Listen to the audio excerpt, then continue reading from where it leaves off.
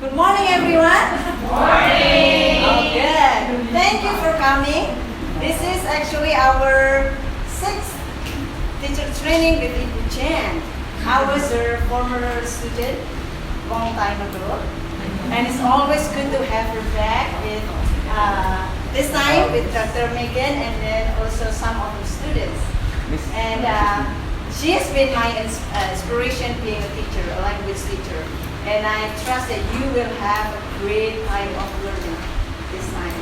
Alright, while we are waiting for some of participants coming, I will have Miss Nikita to tell you the announcement, the important stuff. And then Ibu Chen will take from there. Oh, by the way, my name is Miro.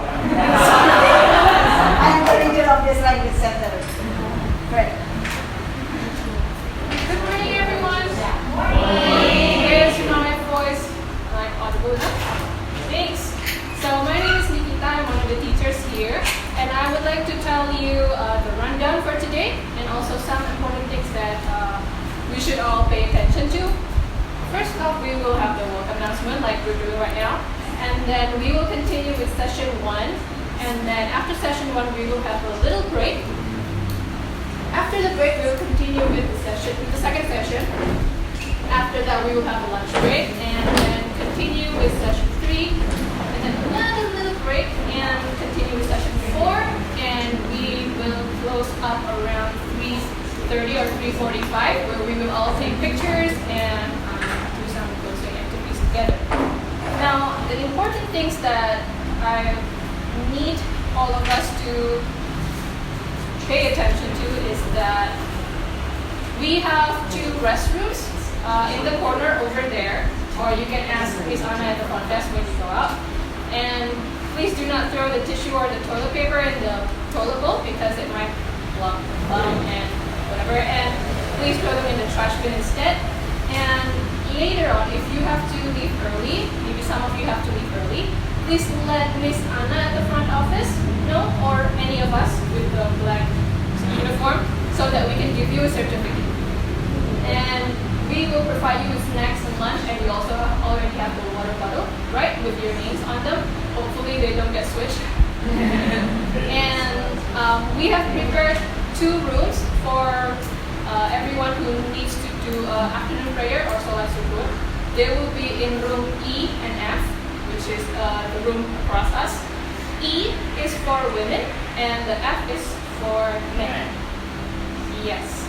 And you can wash at the back.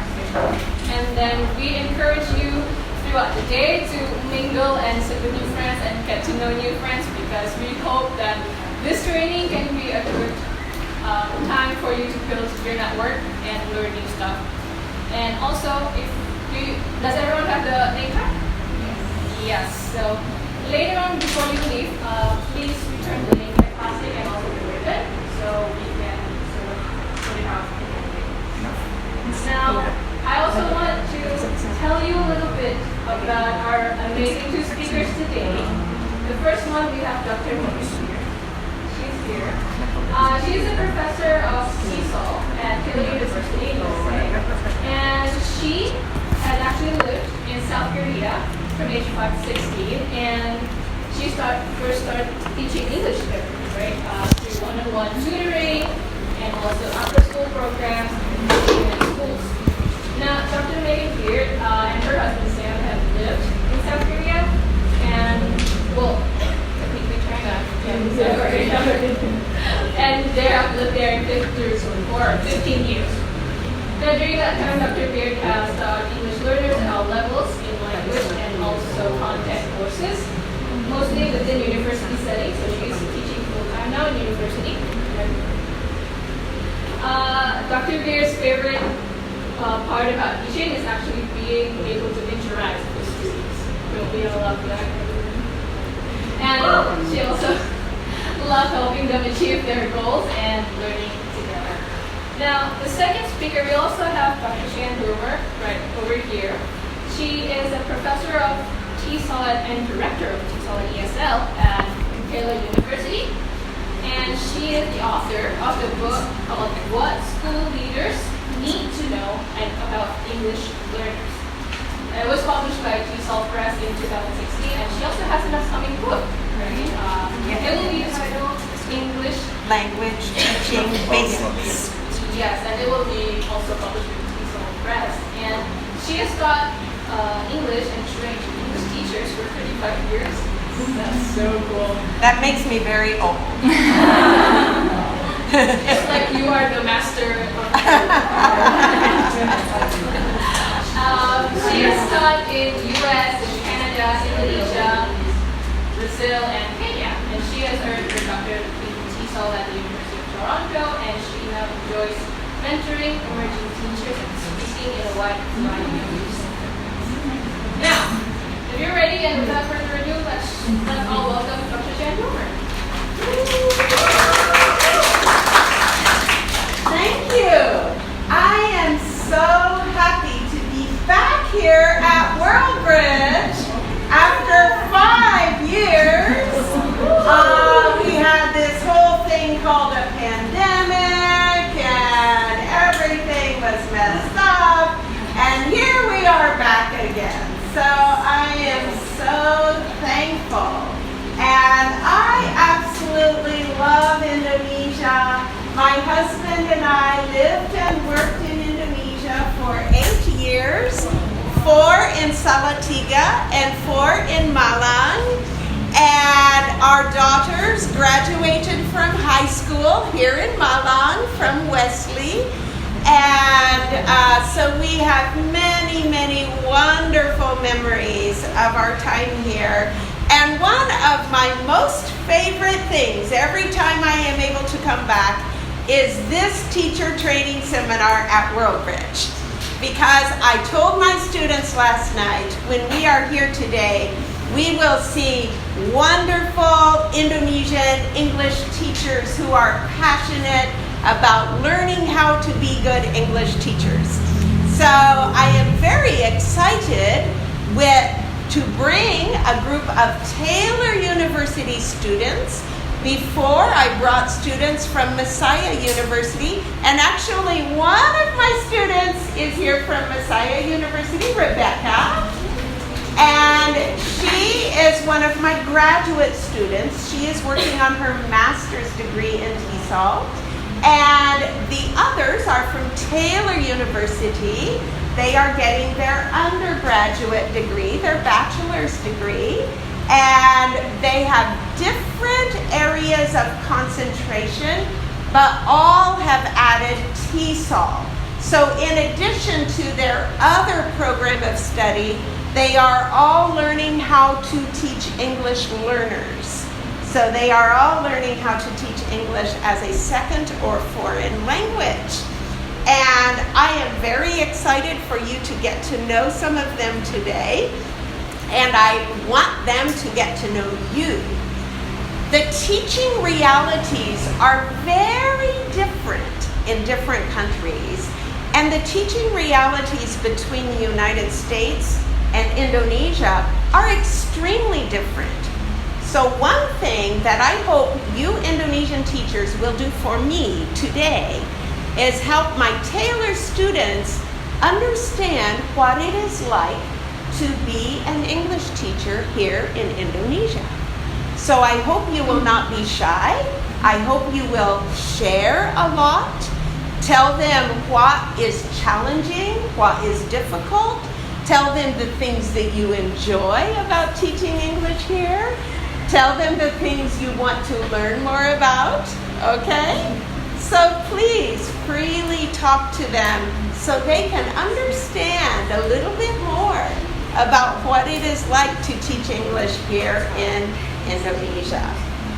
So to begin, I'm going to share a little bit about myself personally.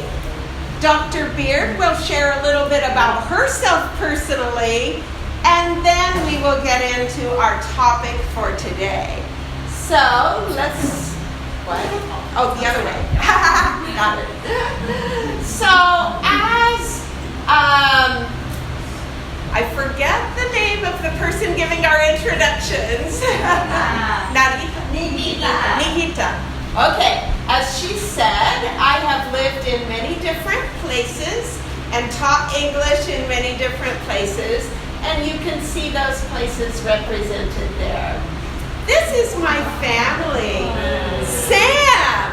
Sam remembers my 2 daughters, and so does Ibu Meru, and maybe some others. These are our daughters, Dana and Jenna. Sam, tell us why you remember them. Okay, when 20 years ago, when I came to the morning, so I met them. Yes. And then I came to your mom.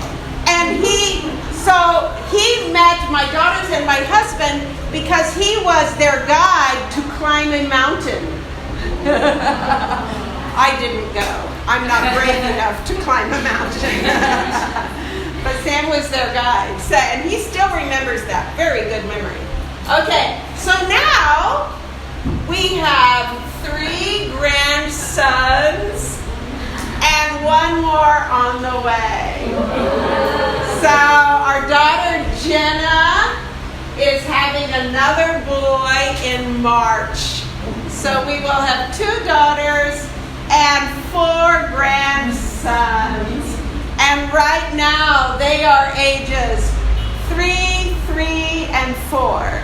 So they are very little, and I absolutely love my time with them. Interestingly, I value language a lot, as you know, because I'm a language teacher. I value language learning. So, interestingly, our daughter Dana married a Japanese man, and their 2 boys are in a Japanese English bilingual school. Our daughter Jenna grew up partly in Brazil, speaking Portuguese, but she came to Wesley and studied Spanish, and they found a Spanish-English bilingual school for their son Owen. So all of my grandsons are in bilingual schools, and I'm very, very happy about that. Okay, so I will let Dr. Megan Beard introduce herself to you. Thank you, Jan. It is an honor to share the opportunity with Jan Dormer today to share with you a little bit about assessment and lesson planning. But before we start some of the information and discovering new knowledge together, we wanted to take a few minutes and share about our families and our personal lives. So I was born in the United States. I was born in Pennsylvania. It's on the East Coast in the city of Philadelphia. My parents worked there for about 7 years before they moved to Korea. And when I was 5 years old, we moved to South Korea, and I grew up in South Korea. These are the places.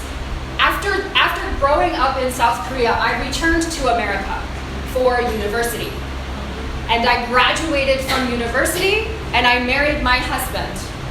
Now, I should tell you one thing about my husband. When we got married, he did not have a passport. He had never left the United States. Actually, I felt like I was marrying a foreigner because our experience was so different. After we had been married for 2 years, and we lived in South Carolina, this is where my husband is from. After we had been married for 2 years, we got a phone call. It was my father. He said, I want you to come to Korea to help me start a school in English. I said no, because I didn't want to work for my dad. I didn't want my dad to be my boss. But my husband immediately said, yes, of course we will come. So my husband and I came to Korea 15 years ago. And we have lived in all of these places in the last 15 years. Right now, we live on Jeju Island in South Korea. It's very, very beautiful. We also have a volcano in the middle of our island. It's Hala Mountain. It's here. You can see this is the top of the volcano. It looks very small in the picture, but actually it's still very high. It's just very wide. So it just keeps going until you get to the ocean. This is my husband, and you can see over here are two tall towers. These are the tallest buildings on Jeju Island. And from our apartment, we can open the window and we can see Hala Mountain and we can see these buildings. It's the Grand Hyatt Hotel. It's too expensive to stay there, so we just look from our kitchen. These are my brothers and sisters. There are 5 children in my family. I'm the oldest, and I have 2 sisters and 2 brothers. My youngest brother here is the only one who is not married yet, but he is going to be married this year in August. So my husband and I will travel to the United States for his wedding. Maybe you can see from our arm shape in this picture, it's a little bit strange, right? Perhaps you have seen this from South Korea. Hachu, 사랑해요, I love you. Okay. When I was growing up, we didn't do this, but we did this. And so I like this better. It's not as embarrassing. This one is kind of embarrassing. But now, anytime that my brothers and sisters are all together, we have to take a picture because it doesn't happen very often. And whenever we take the picture, we take one picture very nice and formal and beautiful. But my favorite pictures are the ones where we make hachu together. So this one is from my sister's wedding. This is the last time. No, we have been together one more time since this. This was 5 years ago. And we have been together one more time since then. These are my favorite people in the whole world. Even including my husband. I think maybe these are still my favorite people. I love my husband very much, but I really miss these people. I see my husband every day. I don't see them very often. These are my nieces and nephews. So my sister has 3 children, 2 girls and a boy. They're here. And the oldest one is 10 years old, and the youngest is 4. And then my brother and his wife have 1 son, and another son is going to be born this year in March or April. I can't remember the date, but he's coming. So when I go back to America in the summer for my brother's wedding, my other brother's wedding, I will also get to meet my new nephew. So I just wanted to take a few minutes and introduce my family. And now I would like to bring Dr. Dormer back, and she is going to introduce our seminar topics. Okay, today we are talking about lesson planning and assessment.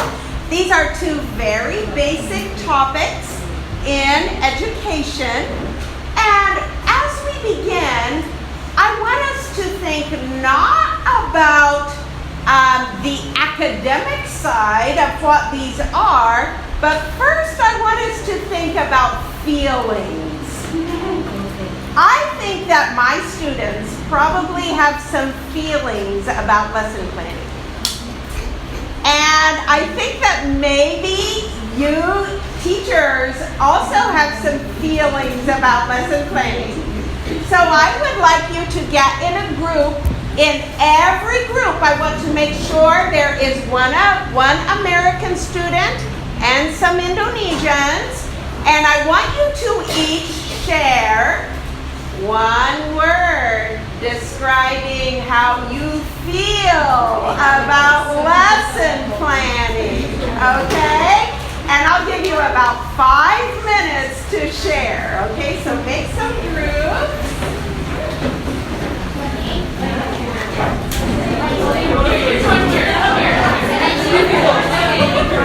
Yeah, that's fine.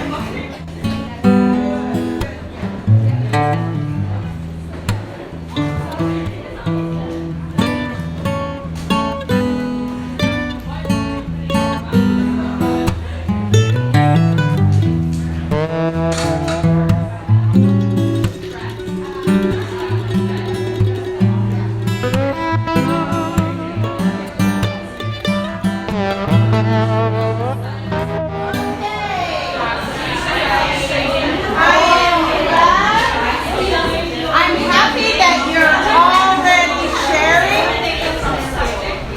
You are already sharing so well.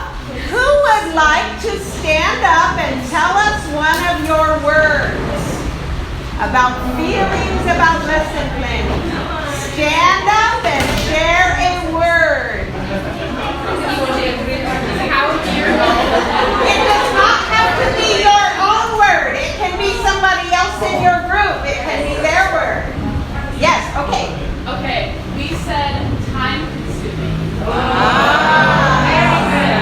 Yes, time consuming. Good one. Someone else.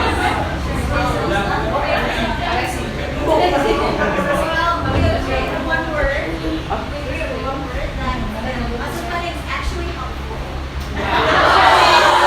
Is it really? The word was helpful. Helpful. I hope so. Good. Yes, that's a good idea. Otherwise, we who are teacher educators are wasting a lot of everyone's time if they are not helpful. Okay, good. I hope they are helpful. Someone else. Yes. It's very interesting and also stressful. Stressful. Good. Yes. Probably at the same time even. It can be interesting but also stressful. Yes. Someone else. Yes. Our group, many of us said difficult. Difficult. Yes, difficult. Difficult. Good. Okay. Anyone else? Okay, I'm going to give you one more group task. In your group, I want you to choose one of, let's underline, difficult, time-consuming, and stressful. I want you to choose one of those words and in your group talk about why. Okay? I'll give you about 3 minutes. Go. Okay. Why is difficult?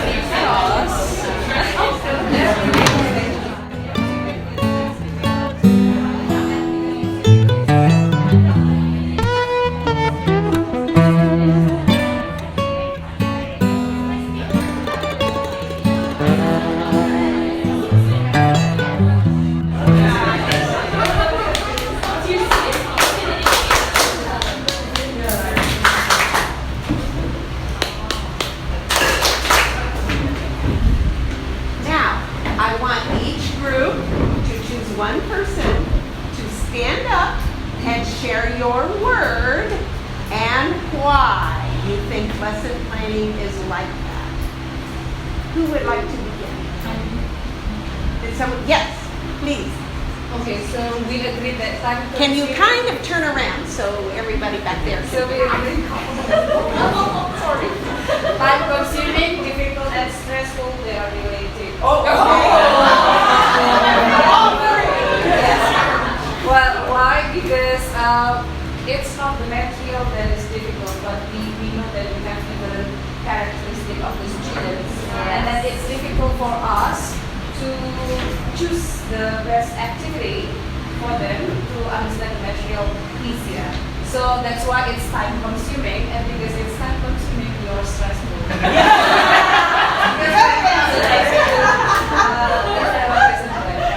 Yes, very good. Okay, someone else. Yes. Okay, for my group, just simple words. So, Which word? stressful. Stressful. Actually, Okay. based on my experience, because we do full work, so make me stressful. For example, when I teach some students, the students are really active, so they feel stressful. So in the class, the Yep. students are stressful. But what is stressful about planning the lesson beforehand? Okay, we'll come back. You can listen to some other responses. Okay? Here? For group, I think we'll go with Okay, just a minute. Can you hear him? Teacher voice. We'll go with time consuming because we believe that when we teach our students, they're all different. They have different stories and different characteristics, just like the first group. So when we teach or when we plan something, we have to find something that matches their abilities and their different styles of learning. That's it. Okay, so because students are different, that makes the planning of a lesson for them difficult. Okay, or stressful, or time consuming, or okay. We're all someone else. Okay. Yes. Well, actually, it's almost the same with the other, I guess. It's all related, but we choose anyway for a difficult because, well, it's really difficult to decide what is the best lesson plan, especially with different kind of students. As the other said, they have different learning styles, so we use which one is the best method to explain to make them understand. And of course, it's difficult to make a lesson plan. Thank you. Thank you. Okay, someone else. Yes, back in the back. For our group, we chose time consuming for different reasons. Someone doesn't know what he's doing, and then someone's still figuring out, building the curriculum, and then finding resources. Interesting thing is someone doesn't really experience time consuming in our group. And we were discussing like, how come you didn't experience that? It comes out that she has the experience, like 20 plus years teaching. So I guess by time we will do it better. So thank you. So it's time consuming because it takes 20 years.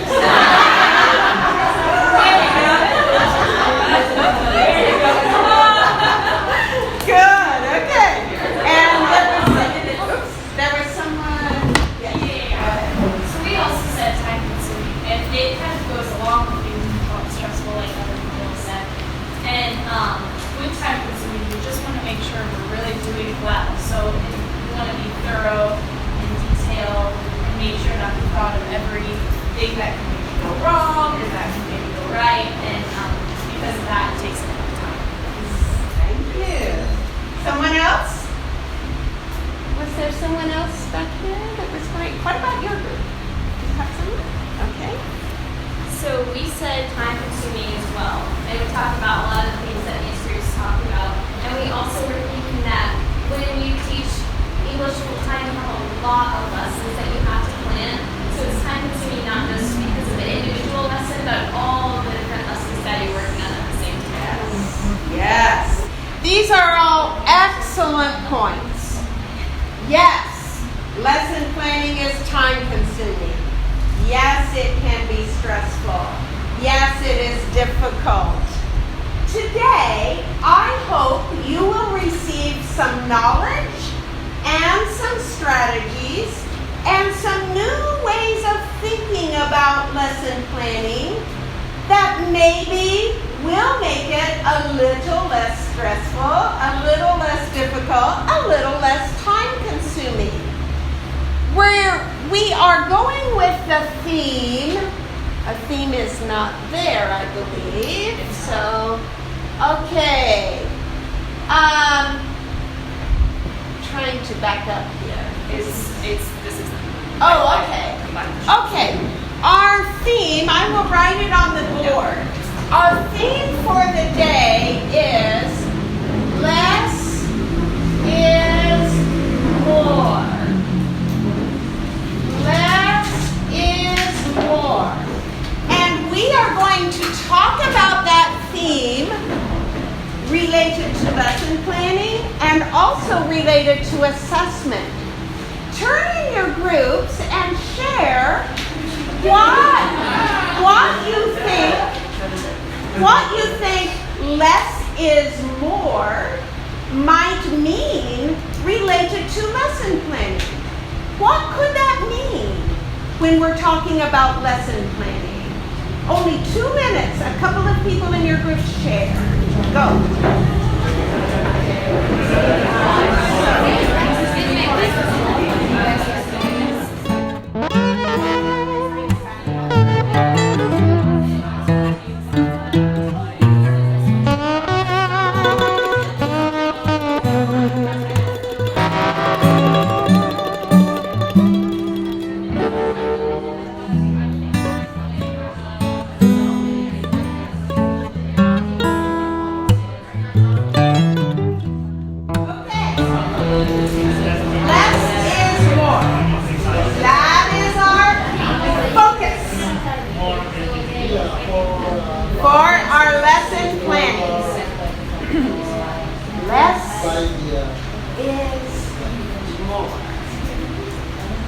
Less might sound good to us.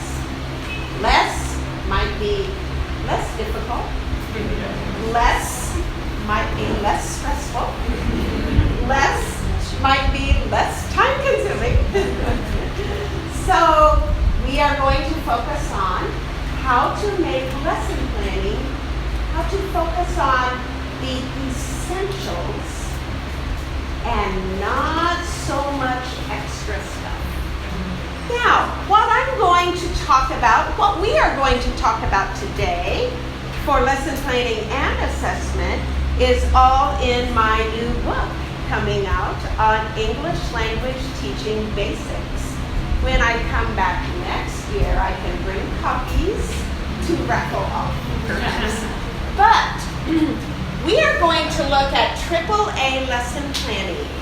Let me ask you, especially Indonesian teachers, how many different components are you required to have in your lesson plan?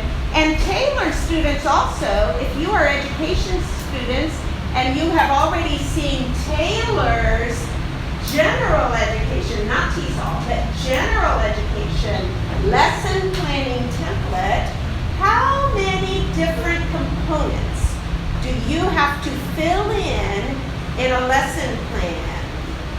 Tell your group. I'll only give you about 1 minute, so not a lot of discussion. Just say how many.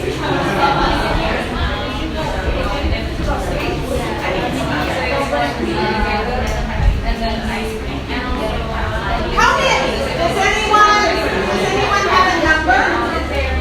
How many different components? Anybody have a number? About 5? 3? Only 3? 5?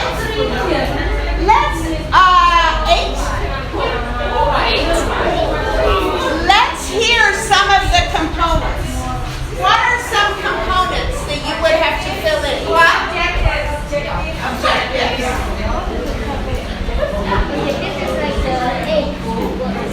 What else? Okay. I'll let you do that. Yes. Activities. Okay. Materials.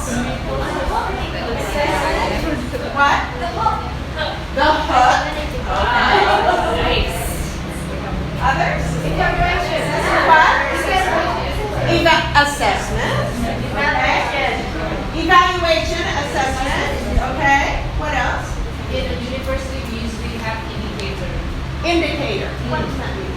It's like, Oh, is it a standard? yeah. Standards. Standard / indicator. I think your word indicator means Well, we use standard. Yeah, I think so. Others? What? Method. Okay, methods. Media. Others? Any back there? Any that we have? You have 8, so maybe there's what? Resources. We have materials. Okay. Others? No one has thought of one that is very typical on lesson plans. Time. That's what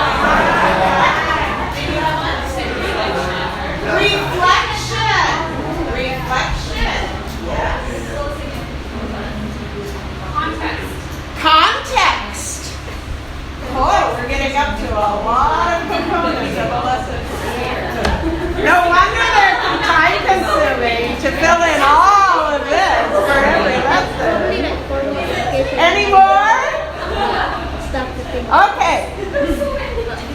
We have a good list here, and I have seen many lesson planning templates that do require all of this.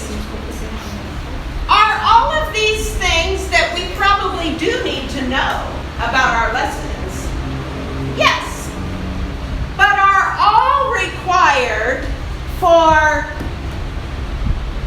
effective planning of a lesson for students to use and learn English? Probably not. There is a difference between teacher skill and teacher planning. Teacher skill is what you do in the classroom. Let me tell you, everything we have done so far today was not on my lesson plan for today. Why am I doing these things? Because of my teacher skill. I am doing these things because I have taught English for a long time, and I know how to use group work and talking and discussion, okay? Of course, people who have not taught English for a long time probably need to write those things down so that they will be able to do them and learn how to do them, okay? So there is some difference. There is a difference between teacher skill and teacher planning. And when a person is learning how to be a teacher, they need to do more planning so they can develop skill. So 20 years later, they don't have to plan all of that because they have the skill. So lesson planning does depend a lot on how long you have been teaching, how many experiences you have had in the classroom. It is not the same for every teacher because it does depend on how well you have developed teacher skill, so you don't have to write down everything that you will do. This is all important. But as time goes on, you will have more of this in your head and less of it written down. Now, as we talk about today, some of you do need to think about all these things. However, we're not going to think about them all today. Today, we are going to focus on the 3 essential components of planning a lesson. Less is more. We're going to focus on 3 things that all begin with A.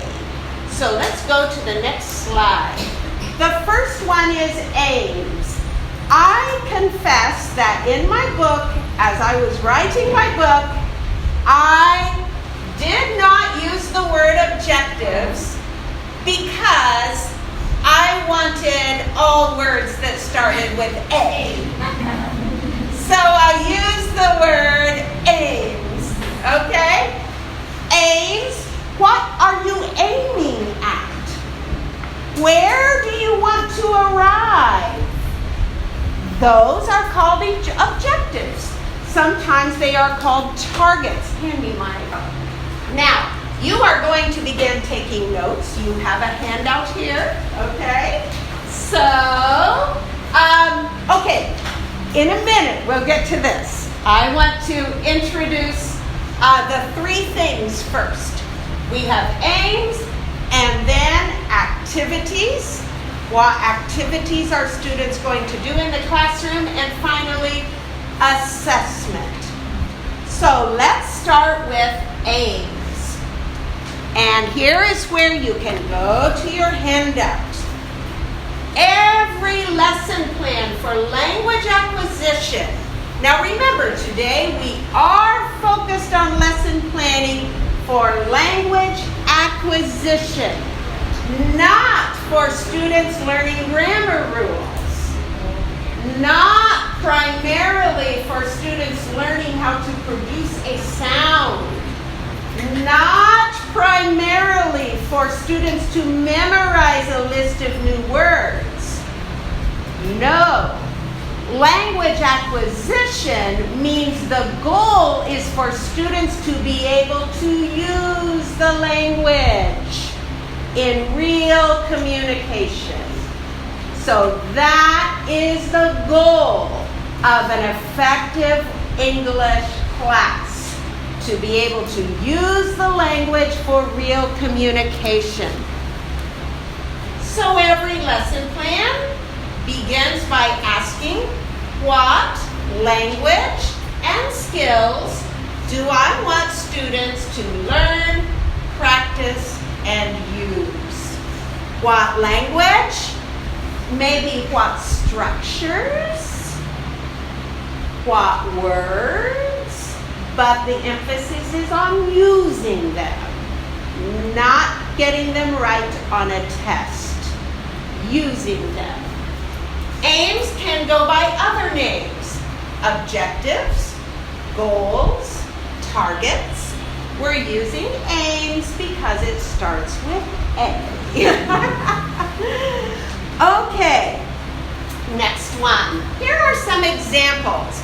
Some examples of aim statements. Examples of objectives.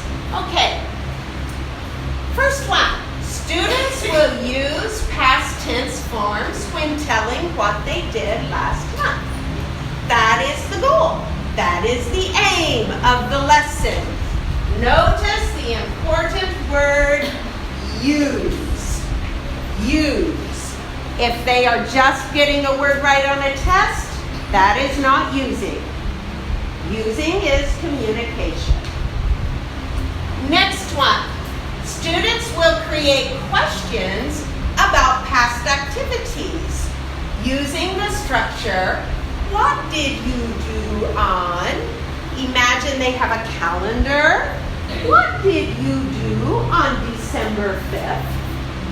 And they're in pairs, and the other student answers, I went to a seminar, or I went shopping at the mall.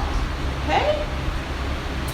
Third one, students will produce the TH sound as in 5th, 13th. This is a discrete aim focusing on a specific sound. And here we have two different structure aims. This one is forming a question. This one is using past. And go on to the next one. Language lessons often have several aims. For example, the aims above could go together in a lesson in which students tell each other about their past activities. So we usually do have several aims or objectives in a language class. Not always, but often. Okay, now back to our three. Aims, activities, assessment. typically, we think of assessment coming last. However, when we are planning, assessment is the second thing you think about. You think about the aims, then you think about how you will know if students have achieved those aims. And that is called assessment. So now Dr. Beard is going to come and talk about assessment. And then later in the day, we're going to spend a long time on assessment. Then later in the day, we will come back and think about planning the activities. Thank you, Jan. I would like to ask you your first impressions, just as Dr. Dormer asked you to think about your feelings related to lesson planning. I want to ask you for your first thought. What do you think of when you hear assessment? Share in one word with your group.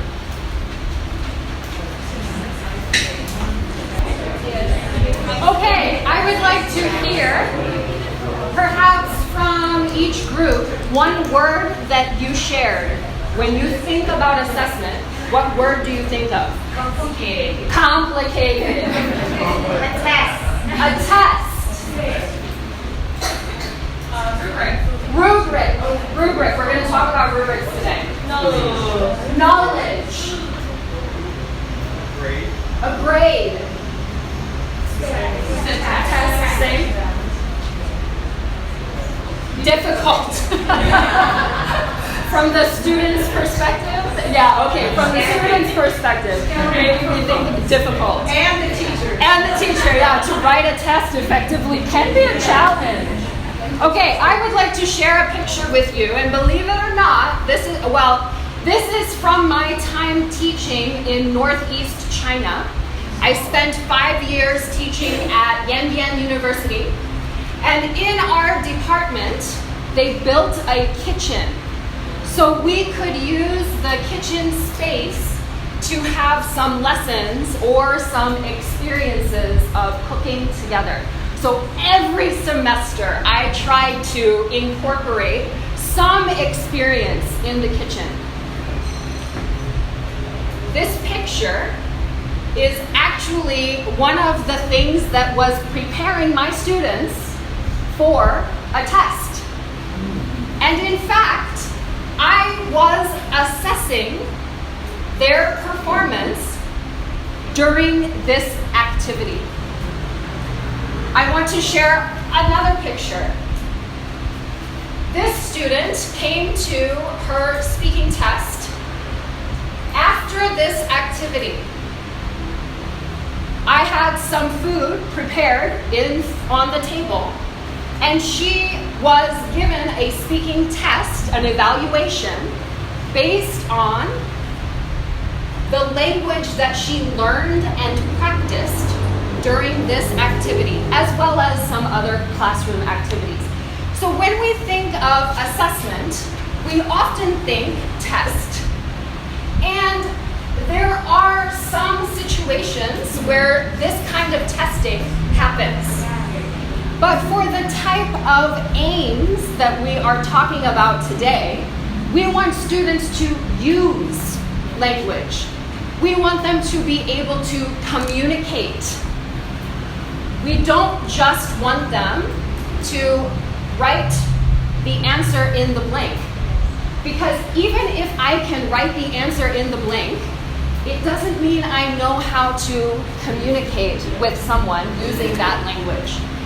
And so when we talk about assessment today, we're going to talk in big picture words. We're going to look at assessment not only for testing, but the whole picture of assessment inside of the classroom, as well as some formal assessment that we might do at the end of a class or at the end of a unit.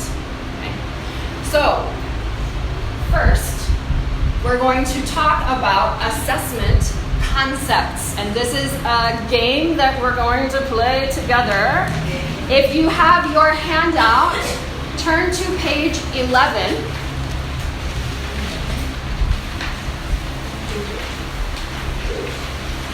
And this is a way for us to discover how much we already know about assessment concepts, some ideas that are related to evaluating students using language.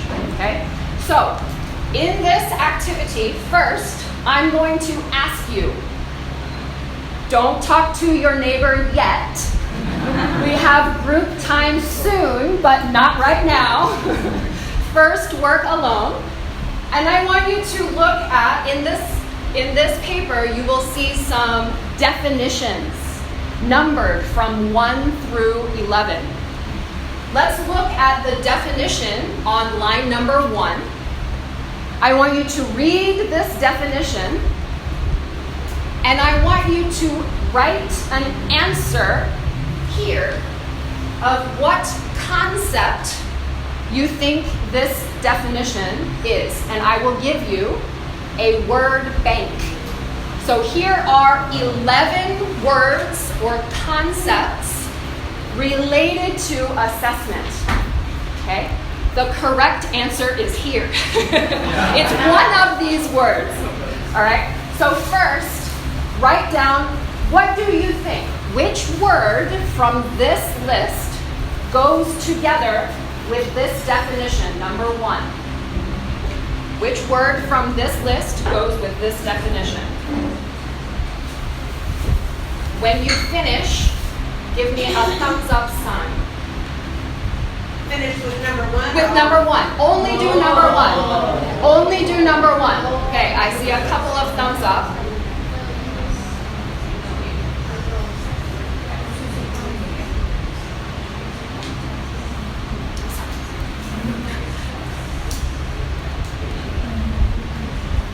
If you're not sure, you can guess. It's okay.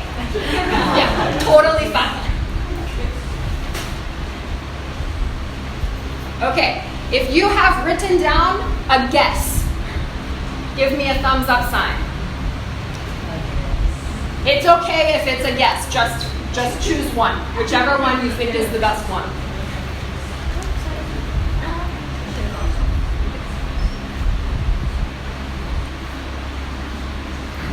Okay, now we are going to work in your group. You might need to arrange your chairs so that you can sit in a circle and face each other.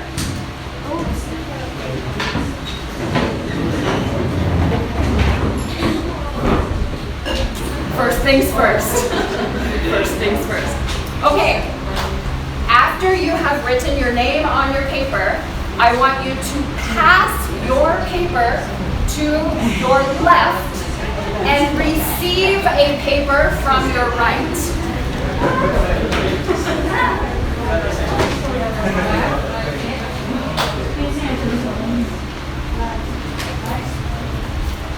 Okay.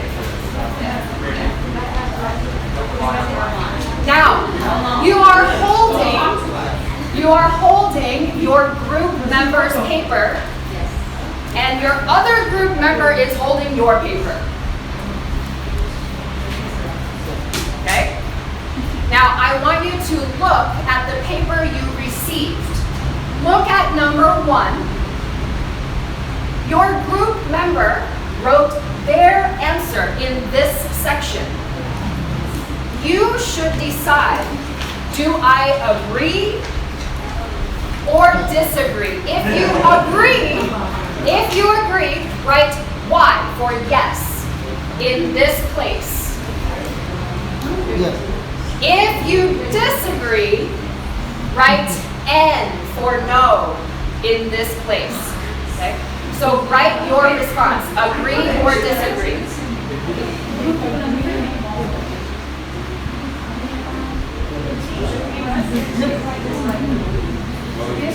Okay, when you have written Y or N, please give me a thumbs up so I know you are ready.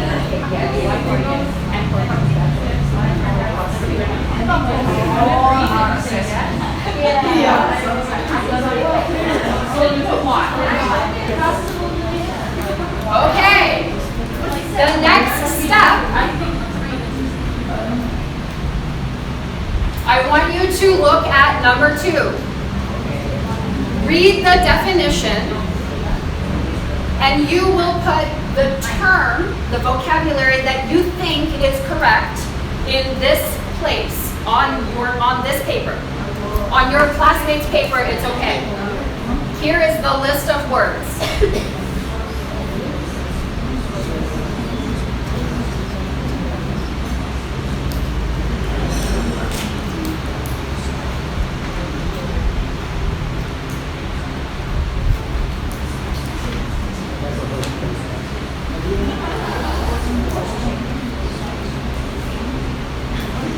If you don't know, you can guess. It's okay.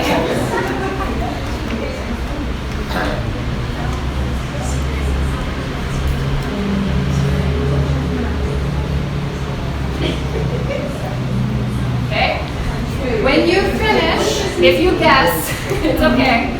When you have written a response for number 2, please give me a thumbs up. You can guess. No problem. Push rest and point. Yeah, that's one strategy. Okay, so now on your paper, you should have some information here and here and here. Yes. These 3 spaces should be full. These 3 spaces should be blank. Okay. Now we are going to change the papers again. Go to the left, receive from the right.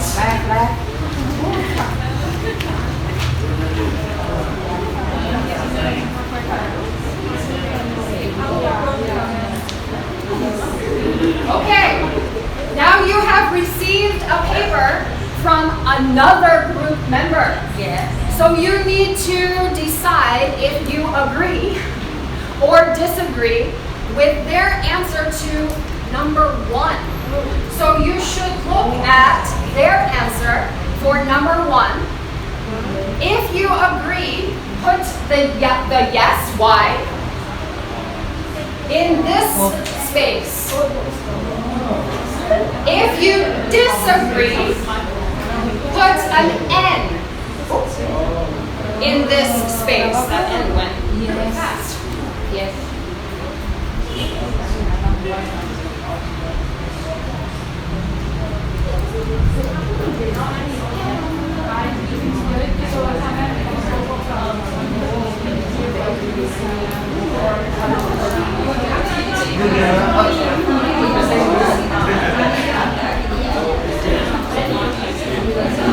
Okay?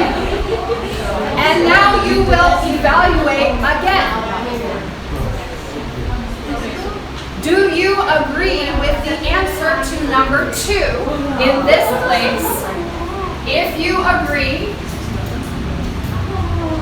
put your Y. If you disagree, put your N in this spot.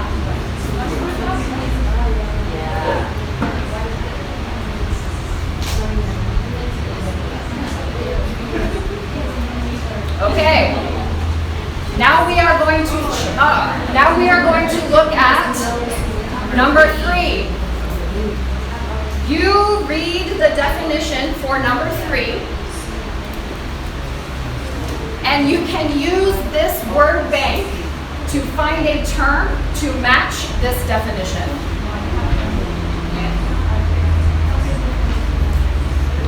And write your answer.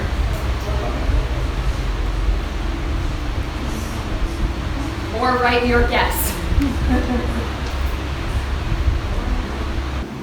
When you are ready, give me a thumbs up.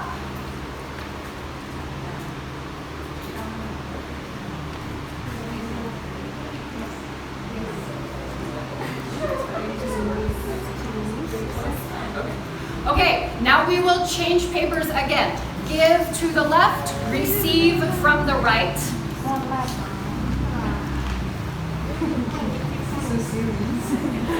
It's so serious. High stakes. And do the same. Now, I am not going to give you instructions anymore. I think you have learned how to do this. So you should say if you agree or disagree for two things. Yes. And then you should give your answer for one thing. So make sure on your paper that you have 11 terms, and you might need to do a few extra trades so that everyone can agree or disagree with number 11. If you have completed through number 11, then you can arrange your papers, give it back to the original owner. So look at who wrote their name and you can take this paper back. Somebody just did it. Ah, yeah, sometimes. Okay. After you have received your paper back, then you can put it on your chair and we're going to take a 15-minute break. So I'm going to do the big reveal. I will show you the answer key and you can check. I would suggest write down the correct answers. And then we are going to discuss in our groups, but I'll give you a minute to check.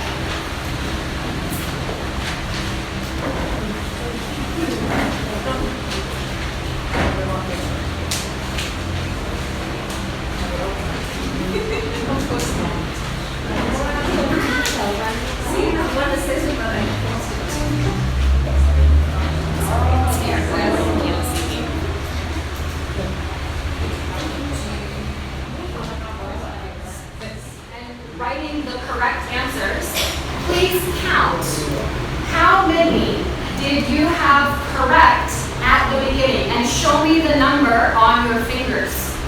Maybe 1, maybe 5, maybe 0, maybe 3. Show me the number on your fingers.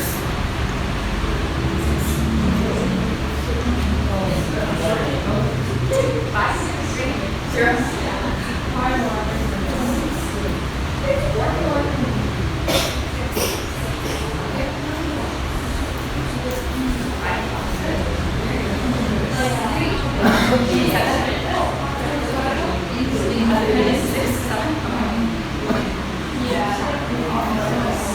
Great.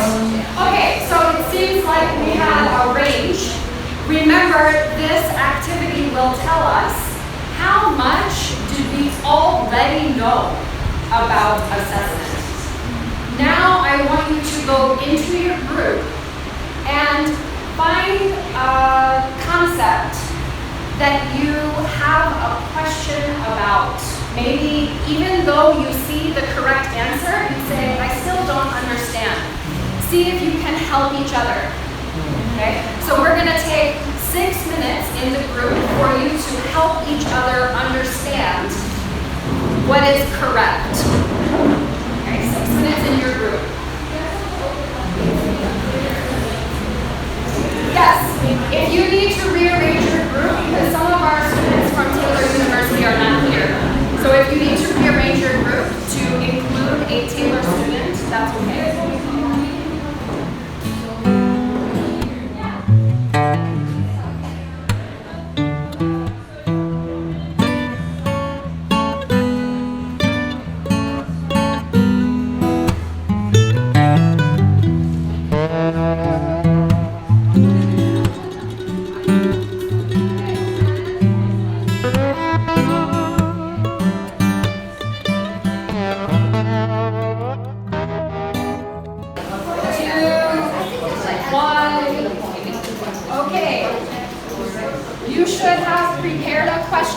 That you would like to ask.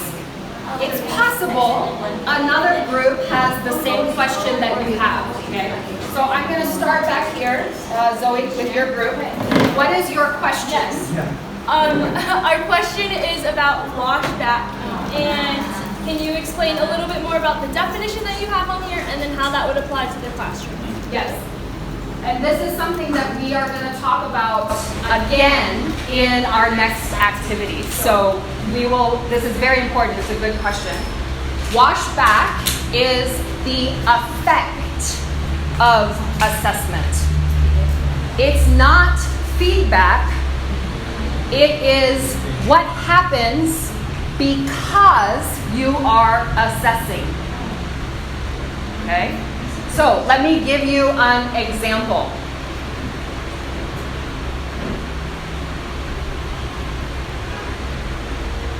This is long. Okay, here. Remember that I talked about this activity to prepare my students to use language about food. Okay? If I gave them this kind of test to assess their knowledge of food vocabulary, the effect of that assessment is they memorize the vocabulary and the definition. But that effect is actually negative because my aim, what is my aim? That they can use, right? So I did this kind of assessment where we did a role play during the test. And the students knew they would come to my office, they would see some food, they have to talk about it, compare and contrast, just like we prepared. The effect of that assessment, this kind of speaking test with realia, with real objects and conversation, the effect of that assessment is, how does the student study for that kind of test? How can a student study for this kind of test? They will practice speaking. They will practice using food vocabulary. They will practice using some grammar to compare and contrast. This is the same, but this is different. Okay? So the effect of this kind of speaking test assessment is the student accomplishes the goal.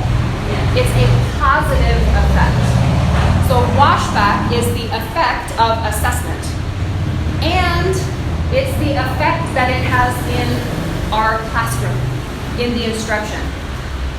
If I prepared my students for this kind of speaking test by giving them a piece of paper and matching the terms, and I never ask them to talk about food, then I'm not matching the aim and the activity and the assessment. It must all match together. Okay? So washback is the effect or the result of the assessment on our instruction. All right, I know that that's probably still a little bit unclear, but we're going to talk about it again in our next activity. Okay? All right, another question from another group. We have the same question. Okay, this group has a question. We were just a little confused on the difference between testing and assessment. Testing and assessment. What is the difference between testing and assessment? I'm going to go really fast. I'm not going to answer this question because it is part of our discussion. Okay? So, when we go into our next group discussion, this is one of the topics. Okay? So I'm not going to answer that one right now, but we'll talk about it next. But it's a good question. That's a very good question. Okay? Another question from a group.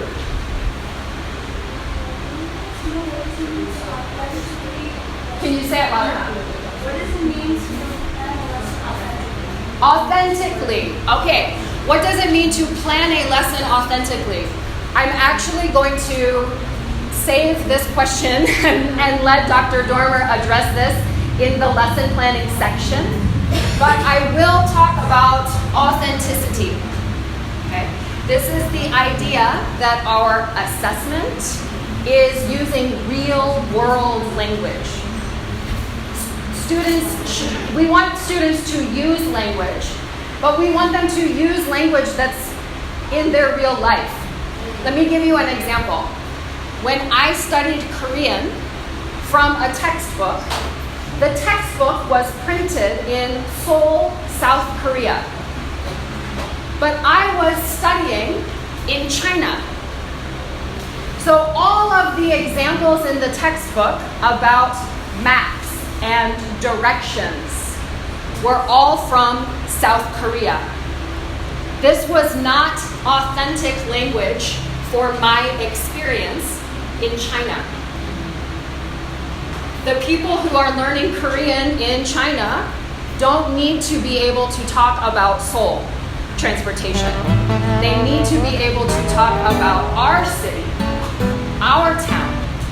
It's real language that they can use in their real life. Okay, let me give one more example. When I was teaching at the university in China, sometimes you find a unit in a textbook that talks about the grocery store, the bank, the post office. You never see in these textbooks the mosque, the temple, the church. So when I was teaching about these kinds of offices or places around town, I used real places in our city. And this included the Buddhist temple and the Yanji church. Because it's a big place, just like the market. The students know where it is, and if they give directions, they will use this. But it's not in the textbook. So I had to add real language, authentic language that they can use in their real life. Okay. Another question from your group that you could not answer on your own.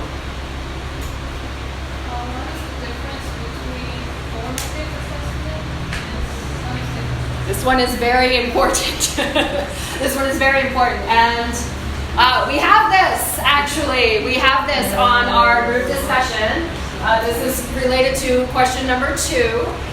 So when we go into our group discussions, talking about formative and summative, remember it this way. When you see the word formative, what word do you see inside of formative? Form. And so formative assessment is what you do to form your teaching. You are not giving a student a grade to evaluate their performance. You are checking to see, do they understand, are they using the language today in this activity? Today in this lesson, are they using the language I want them to use? And are they using it correctly? Let me give you an example. Let's say you are teaching past tense verbs. Okay, simple past, ed. And is the pronunciation of the endings a thing here? Yes. Okay. It is. All right. In English, we have lots of past tense verbs, but there's 3 basic pronunciations. I walked. What's another? Studied. And now I'm drawing a blank. Added. Id. So these 3 pronunciations, id, and t, they are all common pronunciations for past tense verbs. But it's very easy to get confused about when we should use these pronunciations. So I created a lesson for my students in China to practice these pronunciations, to discover what is the rule. When should I use id, d, or it? When should I use that? But I'm not going to tell them the rule. That's no fun. So we played some games where they could discover and check, is that right? Is that wrong? Make a guess, test their guess, and make a new guess. All the time during that lesson, I was listening. and I was giving them some feedback.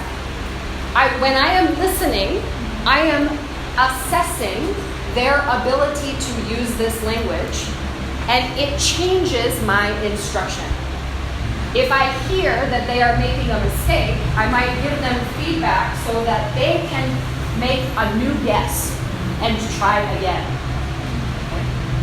In that same lesson, it didn't happen, but at the end of the lesson, if every student is still making errors 100% of the time, I know I have to do it again, maybe a different way.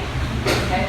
So formative assessment is my evaluation, usually in the classroom, to know are students using the language I want to know, and I do this for a purpose.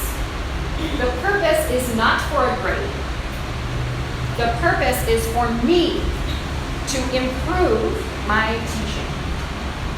This forms my teaching. Okay? Now, the other one is summative. What word do you see in summative? Sum, yeah, or a summary, right? And this is an evaluation that gives a summary of how much the student has learned, maybe in a period of time, or over a course, or a unit. This is what we think of as something that is for a grade. Okay, so we're going to talk about this a little bit more. We talk about this. All right. Did every group get to ask a question? I think they did. All right. So here's what we're going to do next. I want you in your group. Zoe, can your group raise your hands? I just want to see where the group markings are. Okay. I want you guys to talk about question number 1. Okay, Josiah and your group, raise your hand. I want you to talk about question number 2. Okay. RJ and your group. You guys talk about question number 3. You guys talk about question number 4. You guys talk about question number 5. If you finish talking about that question, you can choose another one. Okay? So we're going to take 4 minutes, discuss that question first. And if you finish, you can move on to another question. Let's begin from number 2. Let's begin from number 2. The group that had question number 2, can you share in 2 sentences your response? Okay, what are the 2 types of assessment? And so our answer is the types of assessments are formative assessment and summative assessment. And formative assessment is the teacher evaluates the methods that used. And for the... Can you say it again? I'm sorry, I didn't hear that. I will... Formative assessment is? Okay. Formative assessment is for the teacher evaluate the methods that used. And then for the summative test is for student evaluation. Yes. Okay. So summative is student evaluation. This is where we think about giving a grade. I will add just a little bit. Formative assessment, I am evaluating methodology for sure, because I'm probably going to change if it's not working, if my students are not using the language. But I'm also evaluating whether they are using it. So formative assessment is more comprehensive. We're evaluating everything that is happening in the classroom to decide, to determine, are my students using the language in the aim of this lesson? Okay. Great, thank you, thank you. Let's look at number 5. Is that you guys? Are you ready? Yes, 2 sentences to answer this question. And really talk to the back of the room because they need to hear you. So this is how does assessment affect instruction. A clear objective of the assessment will influence the instruction. Like if the goal of the assessment is clear, then the language the interpretations of the instruction will be clear and affect positively. In other words, if the assessment goal is not clear, means the instruction will also get misperceptions and it will affect negatively. Yes, it can affect instructions. It can also affect many other things in our classrooms, such as our activities, what we choose to do with students. This is the general term, washback, that we talked about. It can be positive or negative, this effect. Thank you. Great. Let's do number 1. And I know a lot of people have this question, so I'm anxious to hear. Thank you for the question. Very loud. Our team thinks that assessment is a broader scope of evaluation, and testing is a form of assessment. That's what we know. Yes. So assessment is a broader scope. Assessment includes lots of different things, such as formative assessment. Testing is one example of assessment, and it's much more concrete, much more discrete, and smaller in scope. Thank you.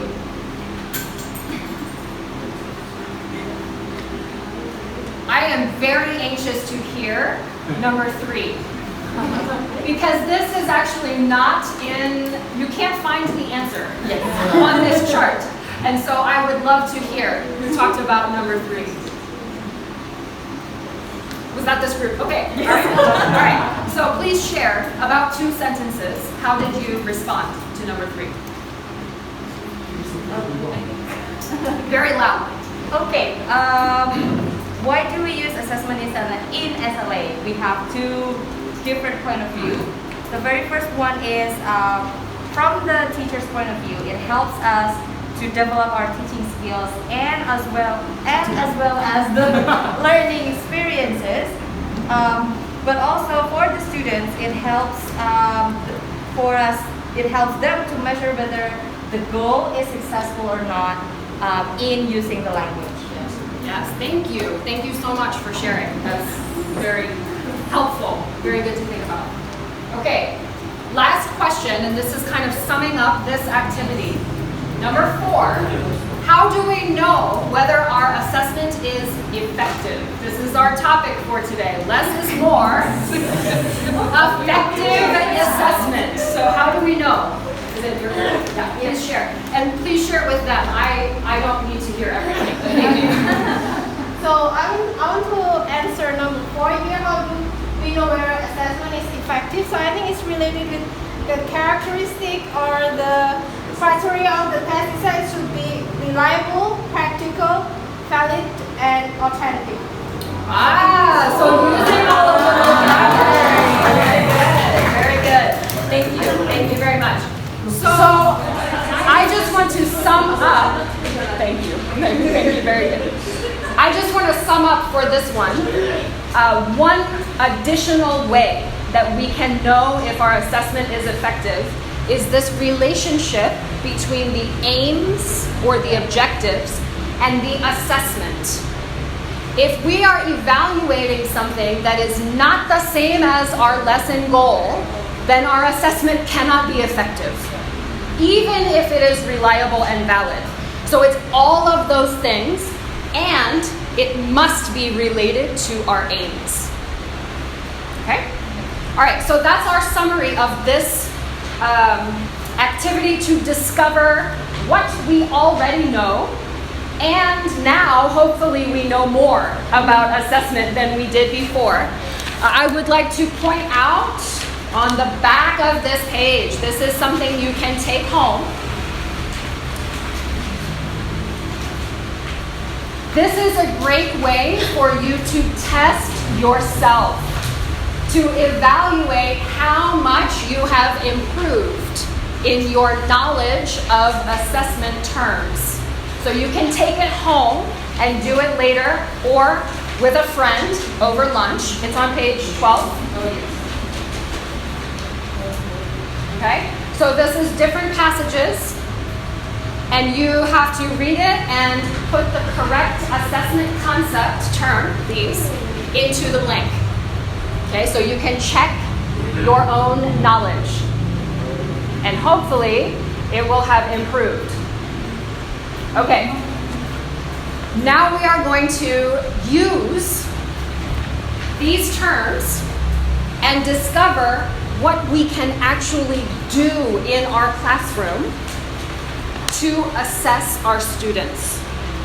If that kind of pencil and paper test is not always the most effective type of assessment, what can we do instead? Okay? And so we're going to look at formative assessment that happens in the classroom. And actually, I'm not going to talk about this one. I'm not going to talk about that one. We're going to go to assessment methods that we can use in the classroom, formative and summative. Okay, this is part 3 in your handout, but actually there is nothing here for you to fill in the blanks, okay? Our activity is going to be another group activity. And Zoe, can you help me? Are these shuffled? No. Okay. Yes, pass it on there. And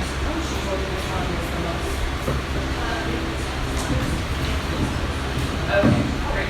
And so we're going to do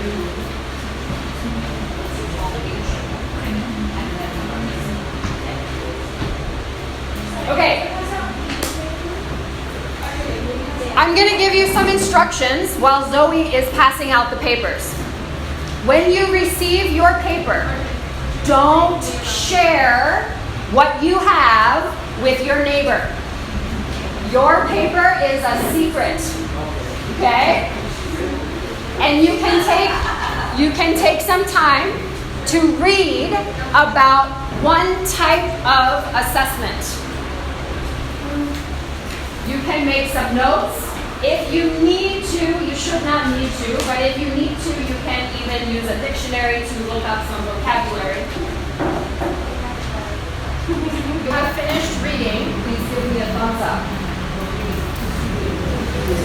Just reading, just reading. Okay, I will give you instructions what to do next. For this activity, you need to find the other people in this room who have the same paper that you have. But you cannot say, do you have the name? Like if you look at your paper, in the top corner, you can see the name of this type of assessment. Yes. Okay? You cannot use these words. I want you to think of a question and write a question on your paper that you can ask to find out if this person is the same group that you are. Okay? What question can you ask to find out if they are the same group? So it should be a question about your information on your paper. And you should ask your other people.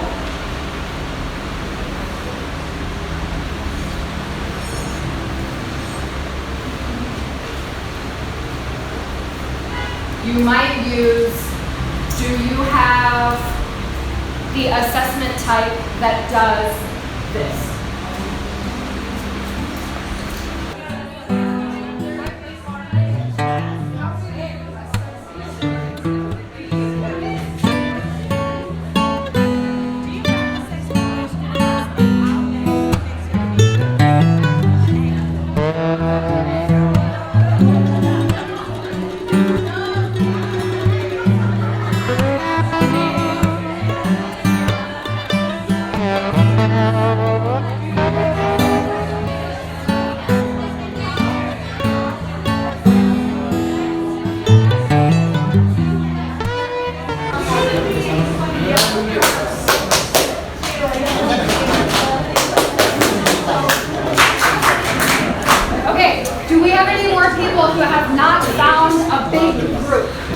It's on. It's you. Okay. Can you ask your question to everyone, and we'll see where your group can fit. Does your assessment type including writing? Does your assessment type include writing? Does your assessment type include writing? It could. It could. Do you have another question that you can ask?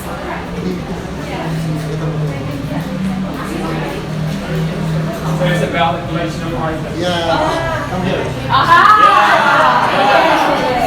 Here's you. Okay. Go. Mas.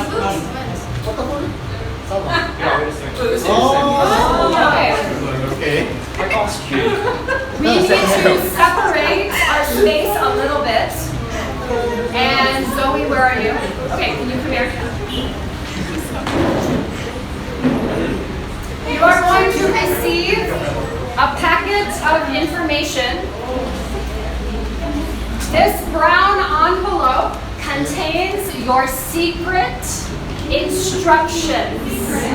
Secret. Only for your group. Open this first and follow the directions. And then you will need some of the other papers, but the directions will explain what you should do. Okay? So this one is them.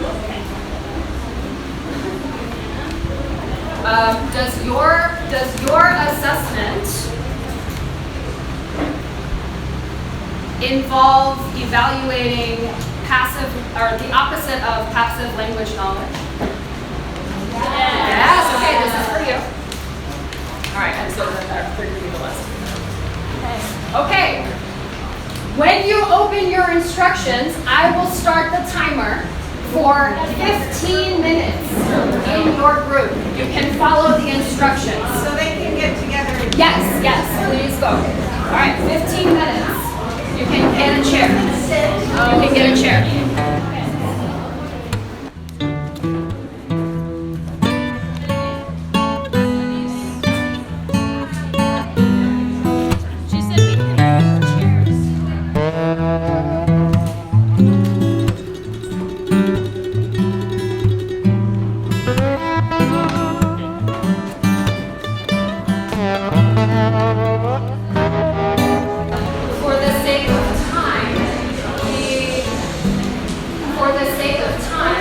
We are not going to present each expert group to the whole group.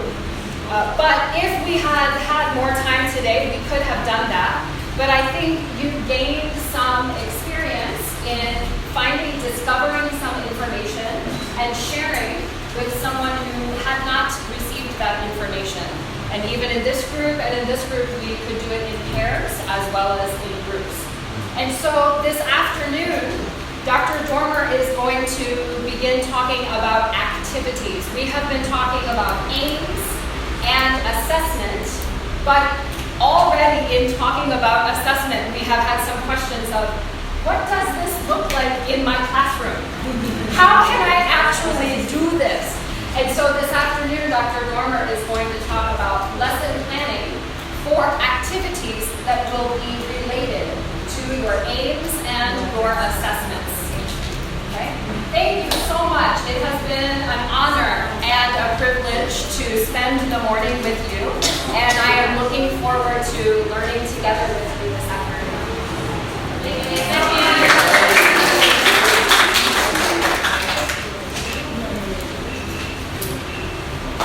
It's time for lunch.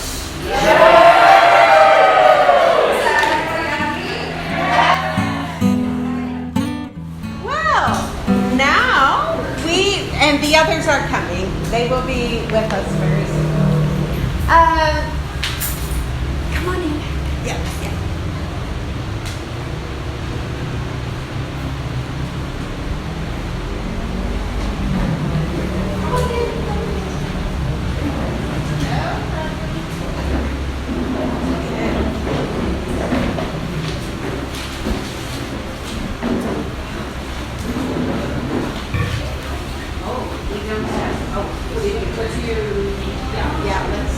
Oh, it's coming.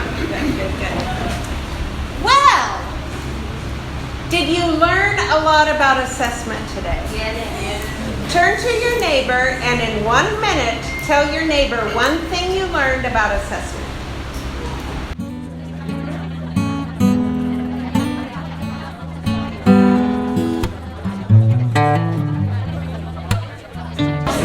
Okay.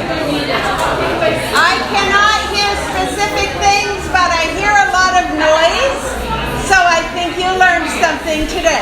So that's good. Now, let's go back to our AAA. Aims, activities, assessment. We have talked about aims, but how do we come up with aims? Let me paint a picture of one way that we might come up with aims. Many of you probably use a textbook. How many of you use a textbook in your teaching? Students are working through a grammar book or something like that, right? Okay, let's say I'm planning my lessons for next week. I turn the page, past tense. Okay, then I think, if I'm thinking about lesson planning, I don't just assume, I go on, okay, I'm going to give the definition, I will give the grammar rule, we will do the exercises in the book. If you teach like that, why do you need lesson plans? You don't. You just do the next page in the book, right? No lesson plan required. But because many teachers do teach like that, that is why people do not learn English in English classes. Because they're just doing the next page in the book. So we do not want to teach that way. So I turn the page and I see past tense. And then I think to myself, I don't know if my students can use past tense or not. Because just because it's in the book does not mean everyone needs to learn it. Maybe they do, maybe they don't. Maybe they already know. So I think to myself, okay, I want to do a pre-assessment. I want to see if my students can use past tense. And so I think of an activity. I already thought of an activity.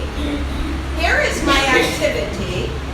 Ask your neighbor what they did last month.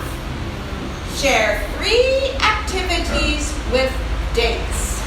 I might give students a calendar so they could think about the dates of the month. Okay?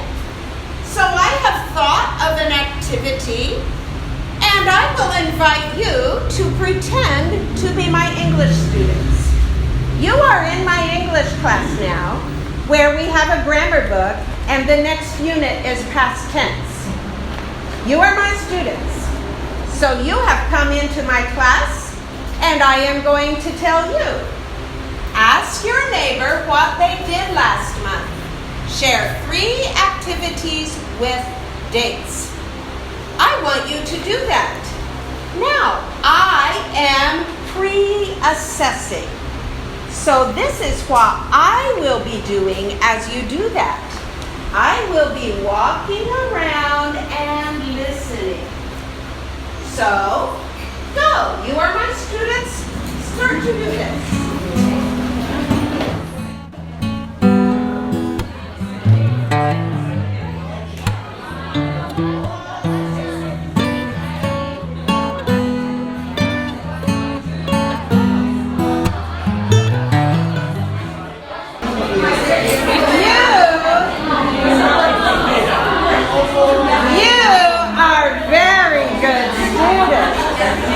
So I'm not hearing very many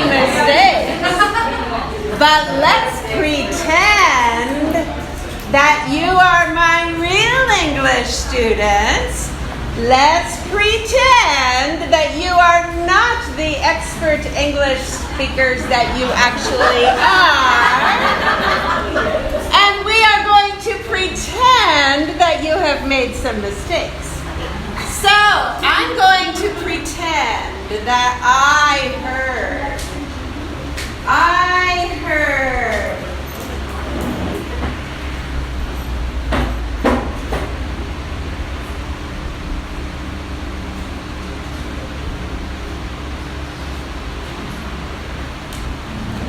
this. I'm pretending.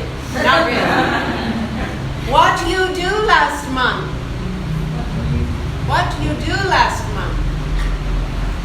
And I heard this.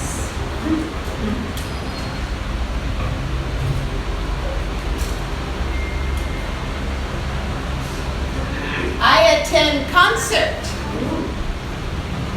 Now, as a teacher, I am getting happy because I now know that this lesson on past tense will be good for you because you need this lesson. You need to work on past forms of questions and past forms of answers. And also, I hear month, not month. Are any of you thinking, oops, month? I hear month. I don't hear a lot of month. So, I think now if we can go to the aims. So, now, that's okay. Next one, there we go. It's a little slow. So, now, I'm thinking, okay, I know what my aims should be. Not just in general past tense, learn a grammar rule, do the exercises in the book. No, but a specific situation to use past tense in questions and in answers. So next one. So load all three. Okay, so I come up with the aims. Students will use past tense forms when telling what they did last month. And students will create questions about past activities using the structure, what did you do on? Remember when I did a pre-assessment, I did not hear that structure. I heard what you do, not what did you do. Okay? And I'm adding one that is not in the book. Students will produce the sound. When we use a calendar and we're talking about third, fourth, fifth, sixth, that is a good opportunity to practice the TH sound. So I'm adding that. So I had my simple book grammar structure past tense, but I made it much more specific. I came up with a real scenario. Someone asked the question earlier about authentic language. Using language authentically. When you just fill in past tense forms in a grammar worksheet, that is not authentic language use.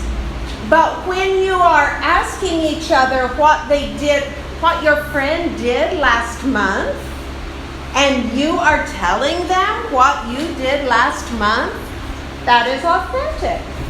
Why is it authentic? Because what?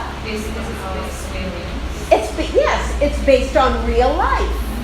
In real life, we do ask each other what we did last month. So if something is real life, it is authentic. Okay, so now I know that my aims statements are good for my students. I have done a pre-assessment. I know they need to learn those things.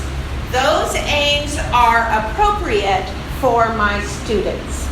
Now, my next question is, let's go on, activities. What am I going to do to help students be able to meet those aims? When I told you to do this, I didn't give you any support. I didn't help you make these sentences correctly because that was not my goal. I wanted to hear if you made mistakes.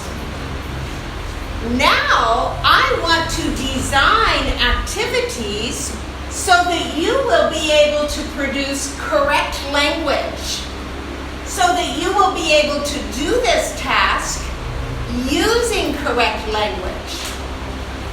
Now, I cannot accomplish that goal by just giving you grammar rules. I can't do that. If I want you to improve your questions, for example, and you say, what you do last month, and I say, no, no, no.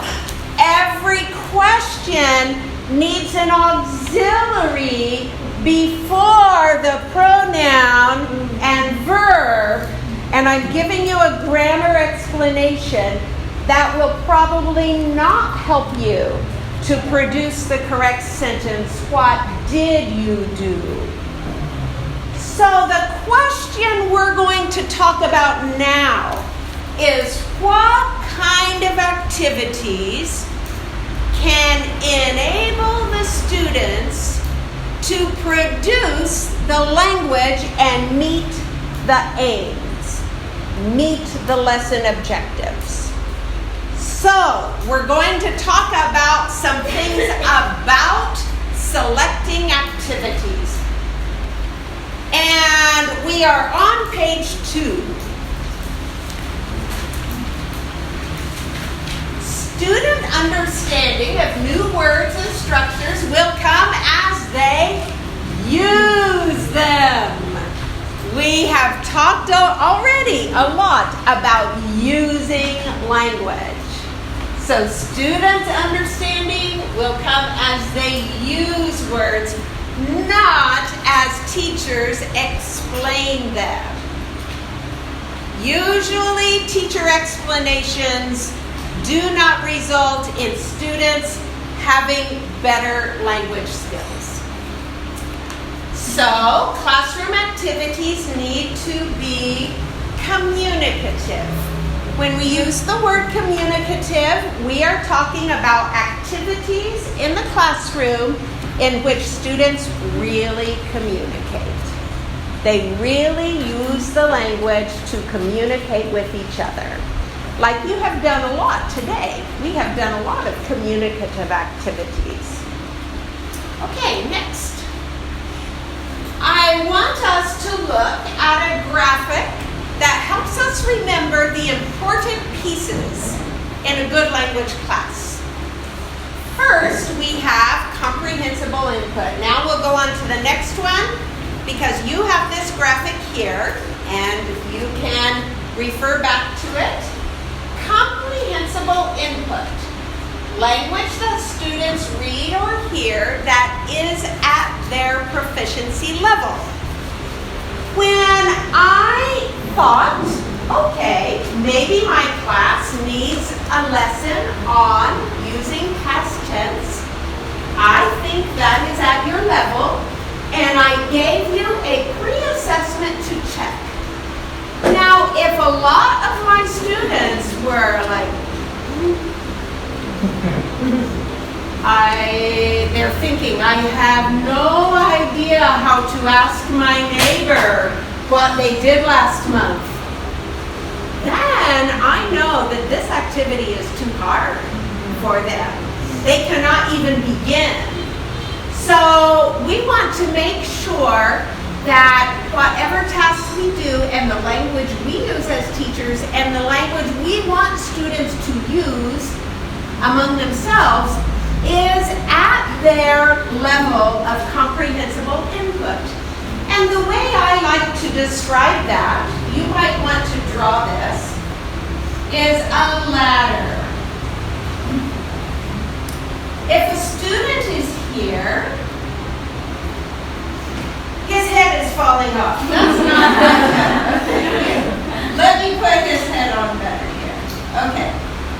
If a student is here and the language level is here, that is good.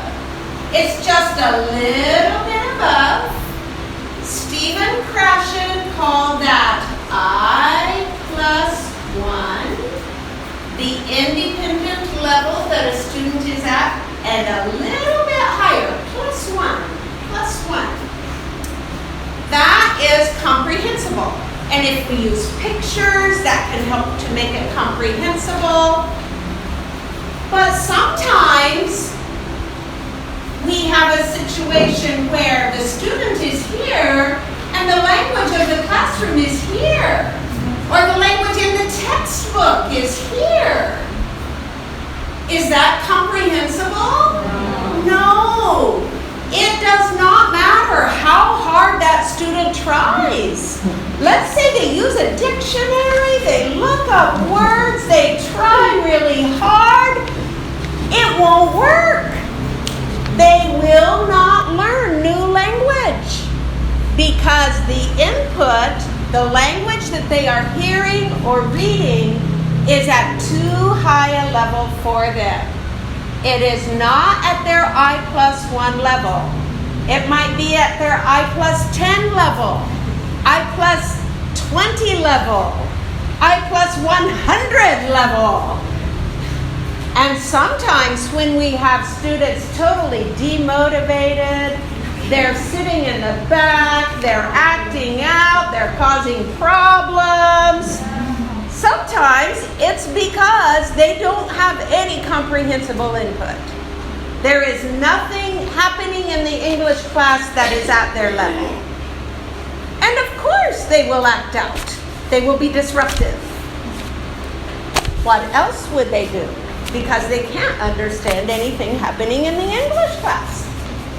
Okay, so we do want to focus on comprehensible input.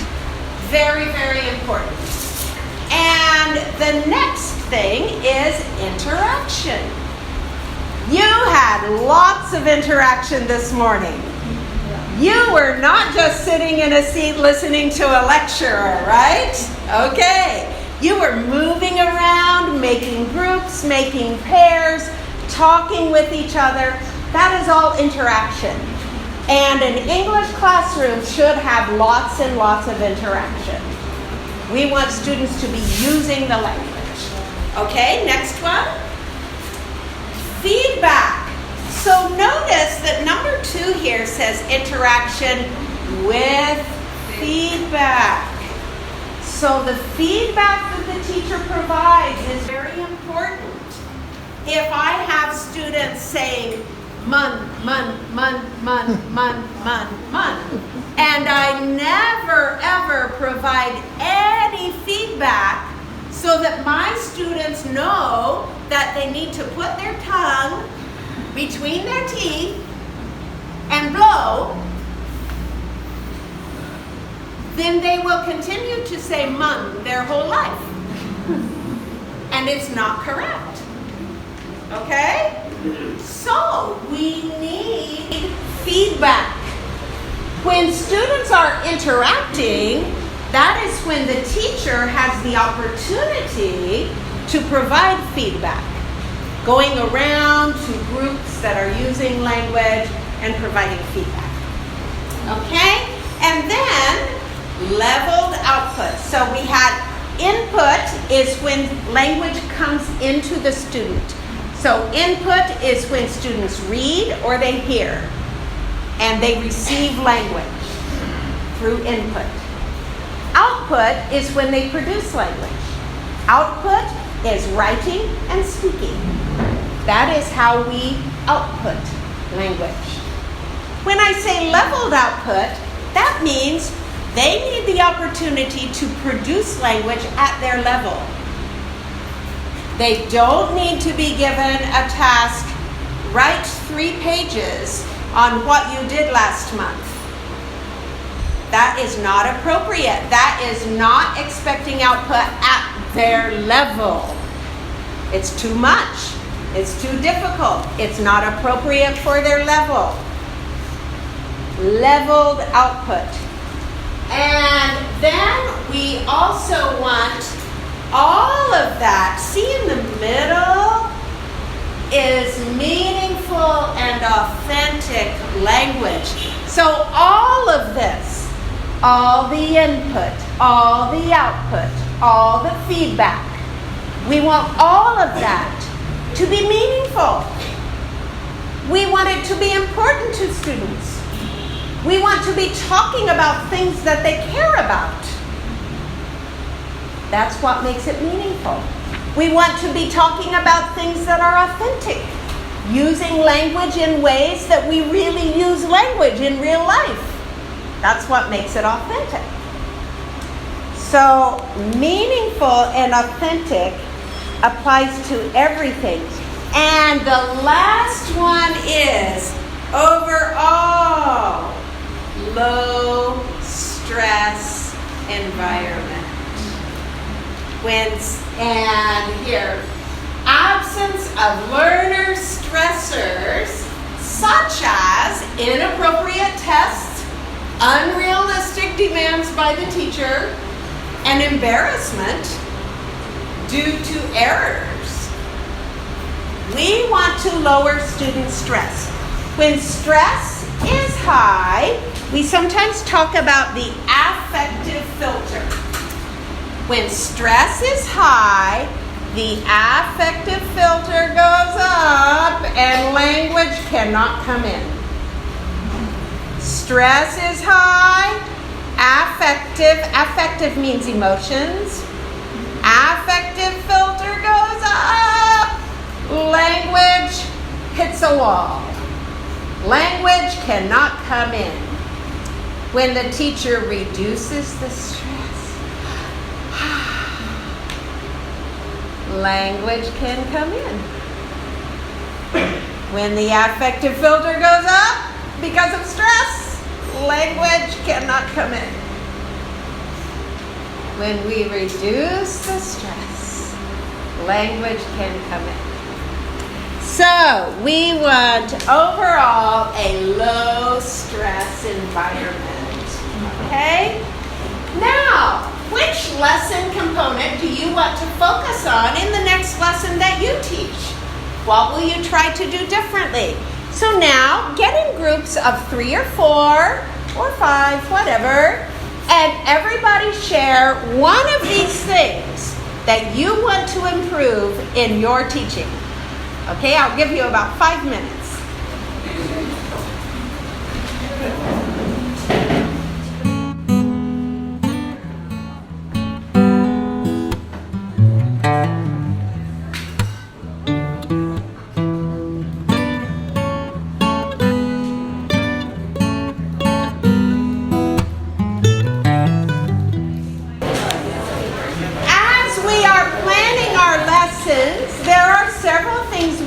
Pay attention to, and I'm going to focus on 3 here today.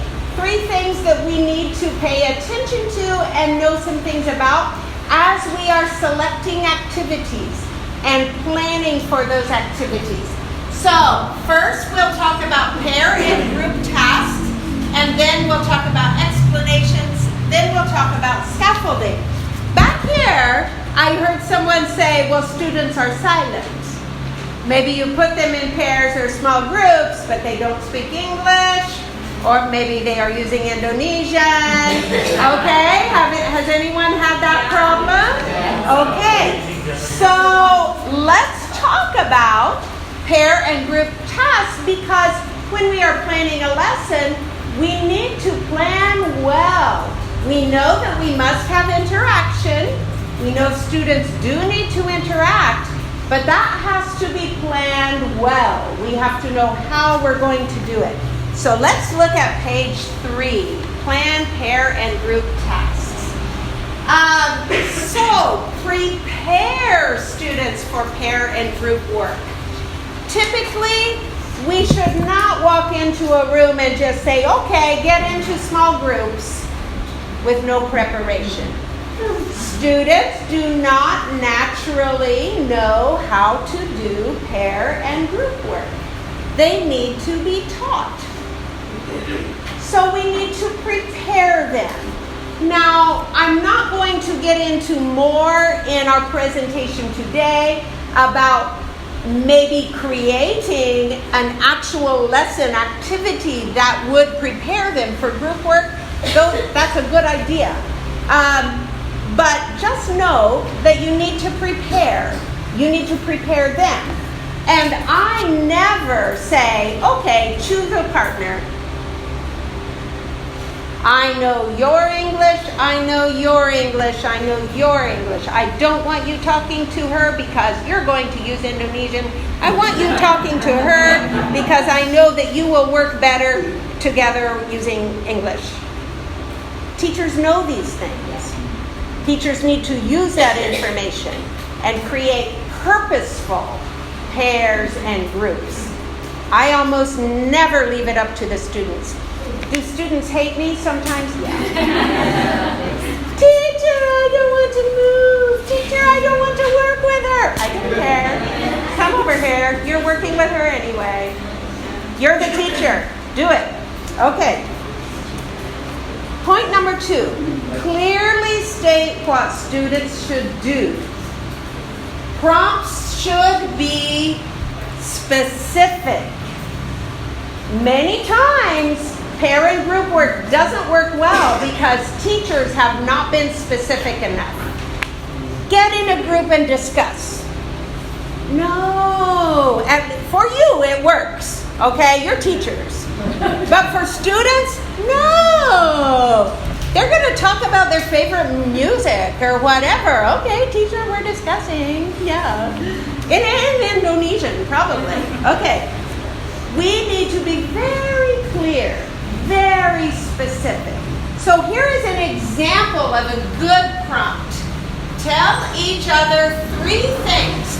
Specific number of a goal of what to say. 3 things that you like to do in your free time. Follow this sequence. Student 1 will say these words. What do you like to do in your free time? Student 2 will begin. I like to. Then student 2 will say, do you see how specific this is? This should be on the board. And you are walking around, and when students are saying other words, you say, no, say that. Okay? And you have given them very, very specific language to use. Now, of course, as students increase in their English proficiency, they might not need it to be that specific. But what I'm telling you is, you usually have to start, and with lower level students, being very specific is what helps them to produce it in English. Because many of them will be very shy about using English. If they can read it from the board at the beginning, that will help them get used to interacting in English. And it says, do this 3 times and write down what your partner says. There is no confusion. They know exactly what they should do. If you need to, sometimes it is okay to give some explanations in the native language if the students are at a very beginning level and you think they won't know what to do unless you say it in Indonesian. But be careful to not just go on and on and on in Indonesian. You need to really limit that. And I have taught beginning students in many, many languages that I do not speak. And usually, I can explain everything just fine through showing and through modeling. I will bring a student, like I would know that Megan's a good student. So I would bring Megan to the front and I would say, Megan, let's do this. I will be student 1, you be student 2. What do you like to do in your free time? I like to read. What do you like to do in your free time? I like to bake. And 3 times. Okay? So I have brought a student to the front to model what to do. So if you are tempted to explain a lot in Indonesian, think twice. Can you not use Indonesian if you show and if you model the instructions? Usually, you do not need to use the native language if you do those things. Okay. Clearly state how much time students have. Give less rather than more. For that prompt, I would probably say you have 20 seconds. That is not much time. Go fast. Start talking quickly. You don't have much time. If students get used to you putting them in pairs and not giving them much time, they will get used to jumping into the activity right away and doing it quickly. And that is the culture in your classroom that you want to create. The last thing you want to do is 5 minutes later. Has everyone shared 3 things? Oh yes, we did that in the first 30 seconds. Now we're just talking in Indonesian. Okay, we don't want that. That is a waste of classroom time. Okay? Our next one is create purposeful groups. And I already mentioned that in this scenario, that I know these 2 students would work well together, so I put them together. You are the teacher. You create the groups and pairs. You move students as needed. Consider language level. We always want to make sure that students will be at the level to be able to produce the language. So we need to think a lot about language level. And consider who needs to speak. So here is a little tip. If all students need to speak, are you going to choose pairs or groups? Groups? Do all students have to speak in a group? Let me ask again. If you want all students to speak, do you need to choose pairs or groups? Pairs. Yes, because when there are only 2 people, typically, they both feel a little bit of pressure to speak. Now, of course, you can set up a group activity so that different people in the group have different roles and they each do have to speak. And you can create a group activity like that, and those are good. And you can think through why and how every student in the group will have to contribute. But it's a little harder to set up. So just in general, if you want students to talk to each other, if you want to make sure that everyone feels pressure to speak, then do pairs. a way of talking about that in our schools in the United States, we have this phrase, turn and talk. Do you have that here? Turn and talk. Turn and talk just means turn to your neighbor and say something quickly. So if I gave a prompt, tell 3 hobbies that you have. Turn and talk, 20 seconds. Turn and talk. You share your hobbies, you share your hobbies. Turn and talk is usually just with one other person. Okay? Build group rapport. So as students are working in groups, you probably have had this experience where maybe you say, oh, lovely group, they're all contributing, we walk over here, oh, they're not talking to each other, maybe they're mad at each other, what are we going to do? If they're junior high, they're probably, oh, she's not cool, I'm not going to talk to her, you know. So we need to make sure groups are developing rapport. And we can't really go into a lot more information about that today, but just know that is important. Groups do need to feel comfortable together. And sometimes it is worth it to do some group building activities and then keep students in certain groups for a few weeks so that they can develop rapport, they can get to know each other, they can feel comfortable with each other, and for a few weeks they're going to be working together. Then maybe you switch it up again, okay? But it is something to pay attention to. Okay, now I do want to return to the issue of the prompts and the clear directions, clear and specific directions.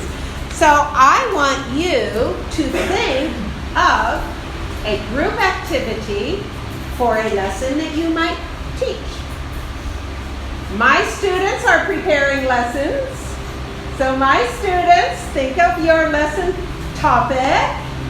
Think how, even if you don't have group work built in there, think how you could. And write what you would actually say to the students to introduce this group activity. All of you who are veteran teachers, you have many lesson ideas in your head. Choose one thing. Choose one idea for group work and write out what you will tell the students as a prompt for that group work, okay? I want to give you 2 minutes to write, not talking. Write your idea in 2 minutes. Person, and you each share what you wrote, and the other person critique. Is it specific enough? Is it clear? Okay? Go, I'll give you a couple more minutes to do that, to share.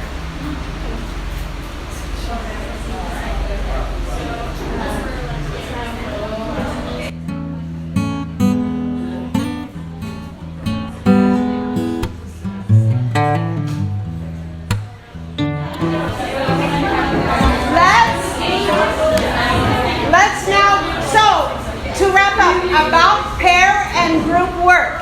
This is one of the biggest problems in lesson plans. When I am evaluating lesson plans, many times my students write, put students in groups and have them talk about their hobbies.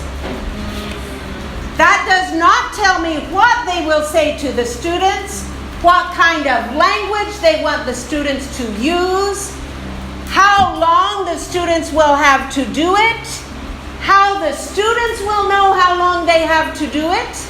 A lot of information is missing there. So when you are a new teacher, you need to write out things like that in your lesson plan. When you have been teaching for 20 years, it's a different story. Maybe you will automatically know to do those things. Sometimes my lesson lesson plans right now are about this big. Written on a napkin, perhaps. But when you are learning to teach, it is very important to, and circle this, know exactly what you are going to say to students and exactly how you are going to present the task to them. Because there will be a lot more interaction, a lot more use of English if you are very, very specific. Is that clear?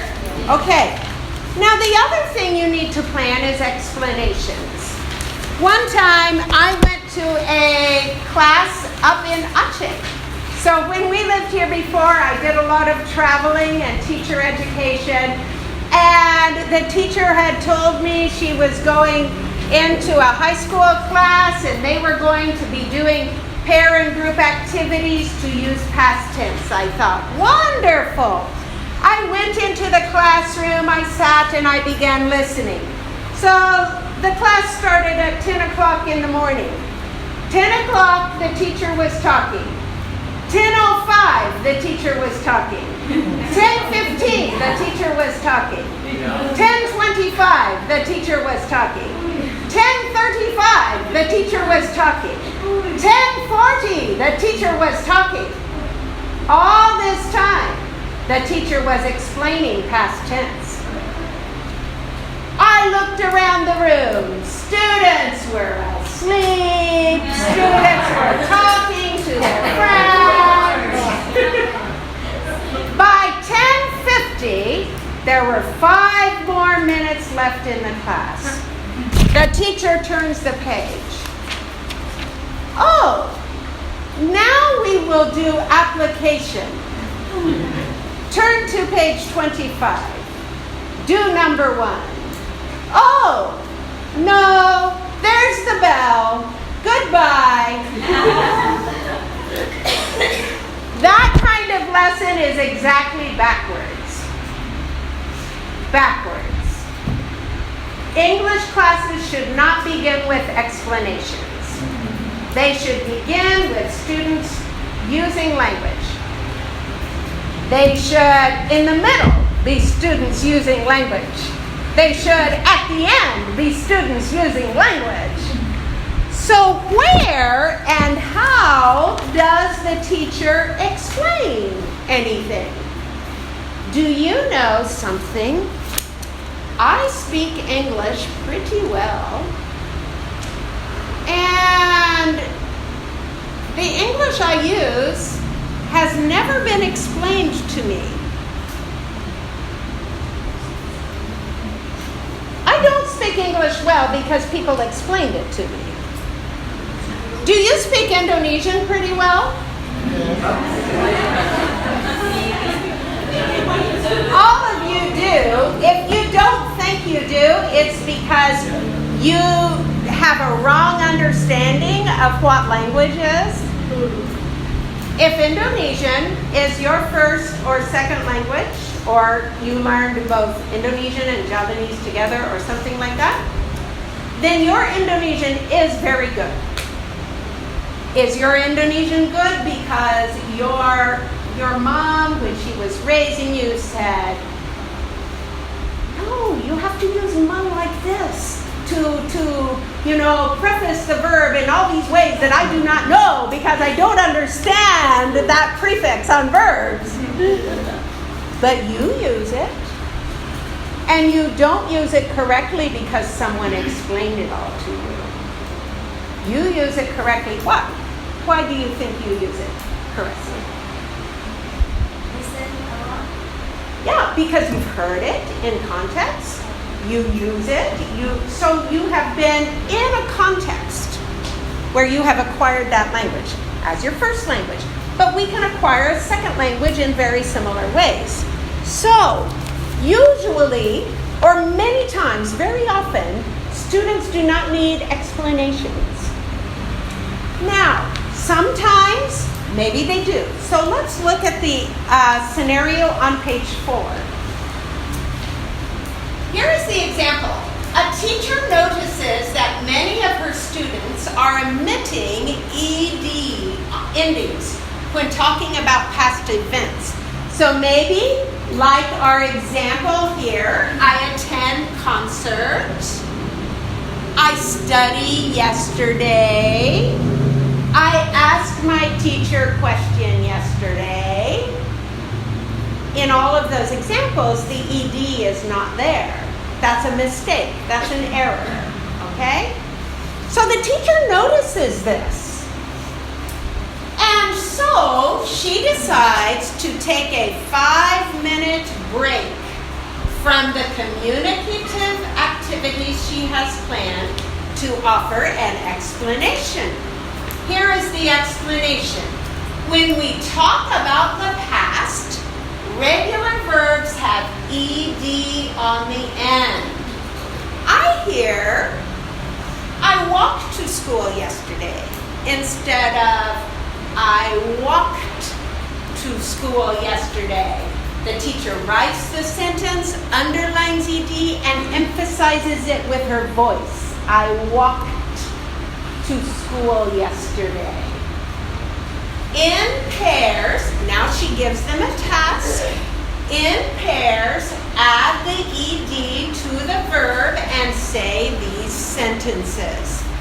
As the students do that in pairs, the teacher walks around.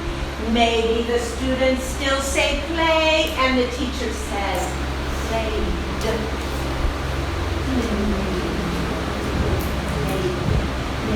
The teacher walks around and gives feedback and helps. After only 5 minutes, the teacher returns to the activity where students are using language. This is how grammar instruction should occur if it is needed. A lot of grammar instruction that is provided by teachers is not needed. It is a waste of classroom time. Okay, but sometimes we do have to give explanations. So can you give them in a short, clear way? Now I have an ulterior motive for this next exercise, because I especially want my students to learn how to give good grammar explanations. So I want you in groups, and hopefully, I know some of our American students were not feeling well and had to go home. But if you can sit near one of the American students, you can practice with them. So I want you to choose one of these grammar points and write out a short explanation of that. I am going to challenge my students to select one of these that you're not sure about, okay? Because the Indonesian teachers here can probably help you if you are not sure. So there are 3 options there. Choose one and write out a short explanation that is no longer than this one about past tense. Okay? I'll give you about 5 minutes. Write yours and then share with each other. Unfortunately, this is not a grammar seminar, because we could talk I love teaching grammar, and we could talk for a long time about all of these. So I want to ask for this first one, when we use present perfect verb tense, how many sentences are in your explanation?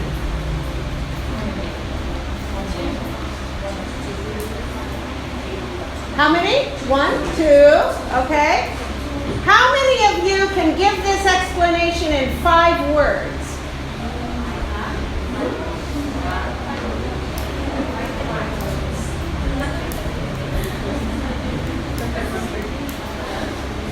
Anybody?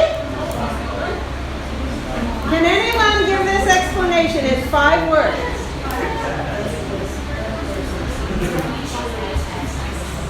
I think they can back there. Would you like to tell what I told you?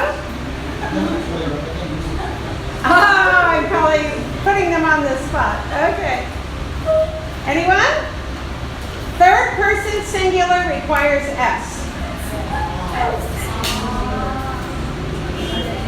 Oh, that's number 2. Sorry. That's number 2. Sorry. So, the first one you can't do in 5 words. Can you do the second one in 5 words? I already gave it away. Yes, you can. Now, of course, that does depend on, I lost my name. Okay. That does depend on students having been exposed to the term third person and the term singular. And usually in an EFL setting, they are. Usually they do learn terms like that. So simple grammar terms can be helpful if students can know what they mean. So we can use some grammar terms, but we want to keep everything simple. So sorry, I confused it with the first one. So when we use present perfect verb tense, who would like to read yours for that? I don't think I could do it in 5 words, but I don't need very many words. Hint, there are 2 reasons.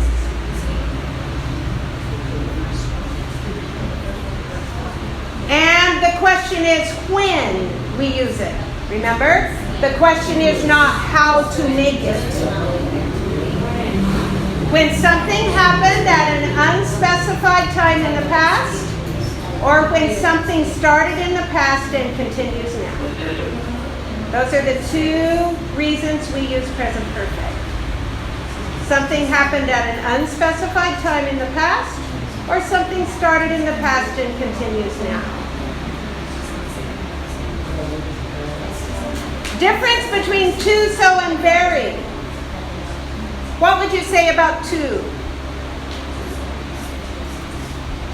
To has a negative connotation. If I say it's too hot, I am making a negative statement.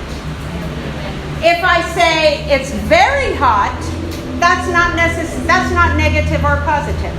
That's neutral. If I say it's too hot, that's incomplete. It's too hot for what? That is the difference. Now, notice how each of those explanations are short. Very specific. Okay? So, the point here is to not go on and on and on with grammar explanations. And don't give them unless they are needed. Sometimes when I see teachers teaching past tense, I will say, but students were using past tense before your explanation. So why are you giving an explanation? They were already using it correctly. So no explanation is needed. We don't need to explain something simply because the book says to explain it. We only need to explain something if students are confused. We only need to explain something if students don't know how to use it. If they are making mistakes, then maybe we need to stop, and I use this symbol, this hand gesture. Look at me. We use past tense when, Example. Try again. Very quick. Now, what does this have to do with lesson planning? And I will let you go for a break, guys. What does it have to do with lesson planning?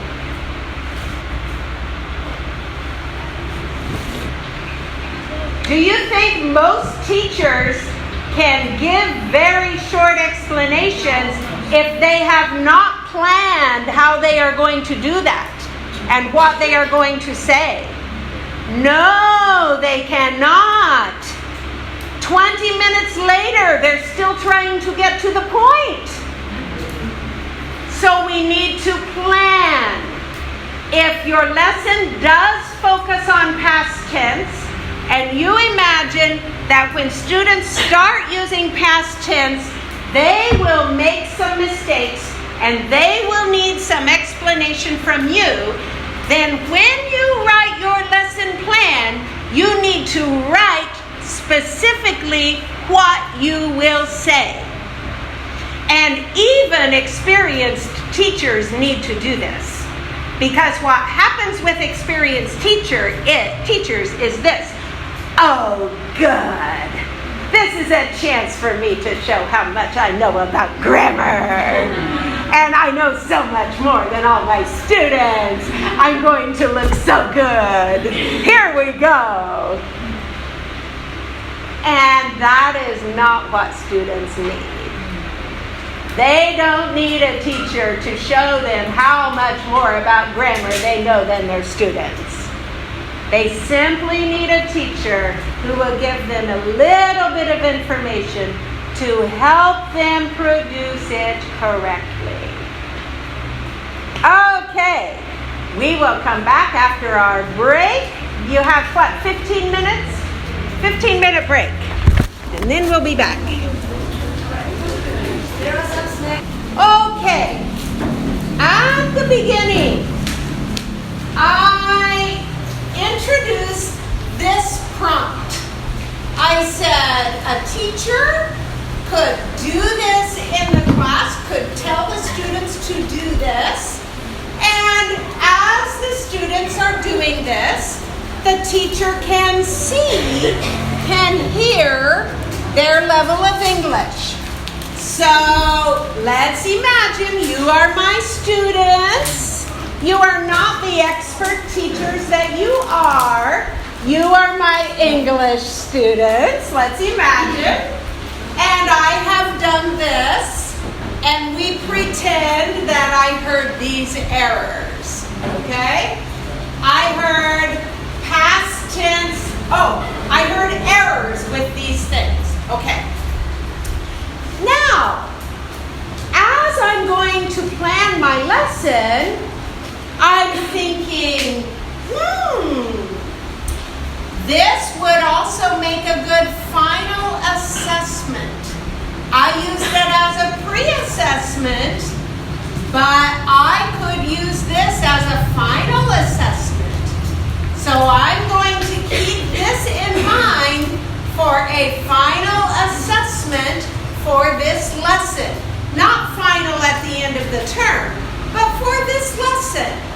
And I'm going to plan to go around again, and I'll show you later what I would do when I'm using it as a final lesson assessment. So, I'm going to do this, but I heard the students' errors, and I have my aims. My aims are that the students can use past tense verb endings, and that they can ask this question, and that they can use TH. These are my aims. I already have those set, and I confirmed. I went around and listened. I confirmed that students do need to improve in these things. Now, how am I going to get them to improve? We already know I'm not going to lecture. I'm not going to lecture on verb endings. I'm not going to have them open their workbook and memorize lists of verbs and what the past tense endings are. We're not going to do that because that's boring and that's not communicative. I'm not going to lecture to them about how to make TH. I will help them know how, but it's not going to be a lecture. What will I do to help students be able to do this? So when you're planning a lesson and you're choosing activities, you're thinking, what will we do in the class so that students will be able to meet the objectives? And a big part of what we do includes using scaffolds. Scaffolds. Do you see this? The picture is actually with the wrong section. Okay. Do you see this picture here? This outside is called scaffolding. We can see scaffolding when buildings are being built, And it's usually, here in Indonesia, it's usually out of bamboo, right? And it's where the construction workers will step and climb so that they can build the building. These are scaffolds, and in language instruction, we also use scaffolds.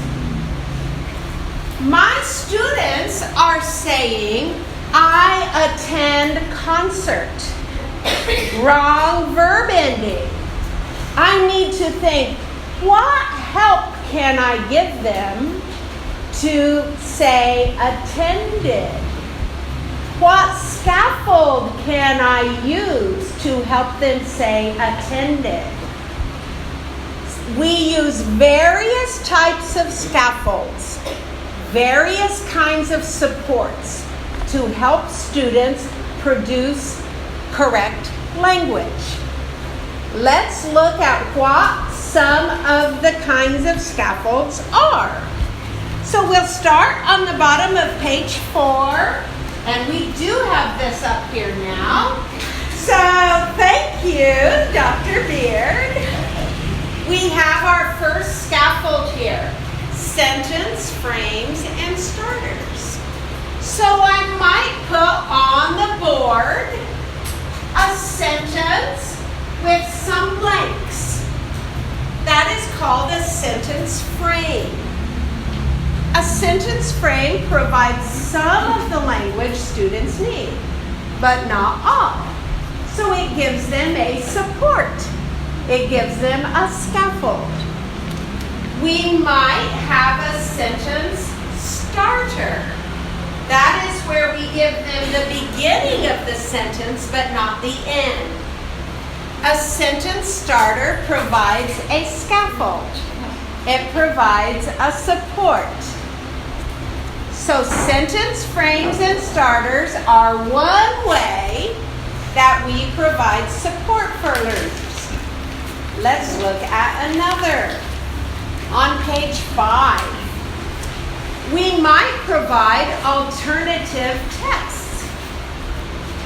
If students will be asked to read a challenging text, it can be helpful to provide the same textual information at a lower English proficiency level first. Or the text could be provided in the native language.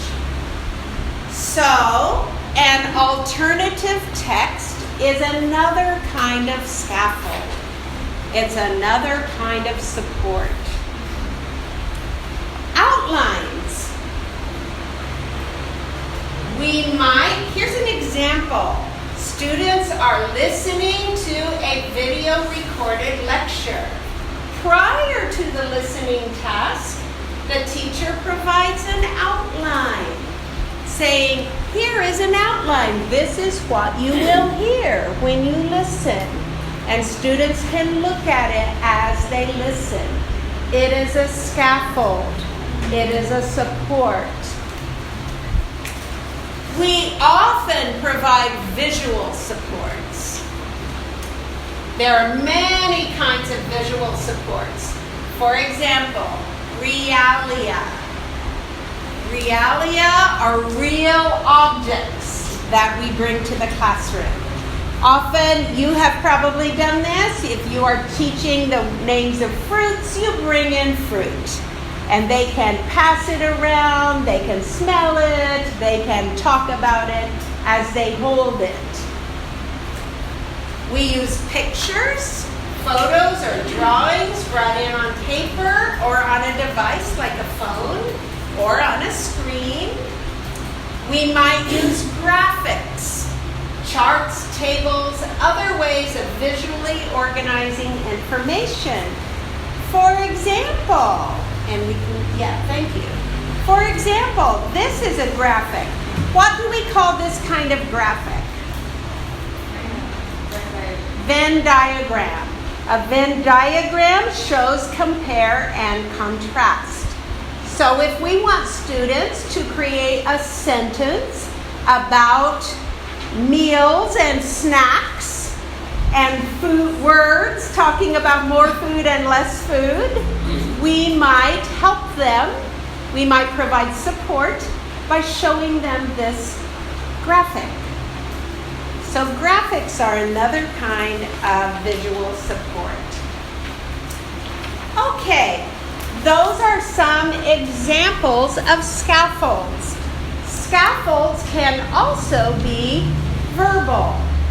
When I go to a student who is saying, last month I attended concert, and I go, month. That is a kind of scaffold. I'm modeling. So anything that we do to support a student in their learning is a kind of scaffold. It's a kind of support. So we want students to be able to do this. Now, what kinds of supports do we need to give them? And what kinds of activities do we need to select so that they will be able to do these things? Let's look at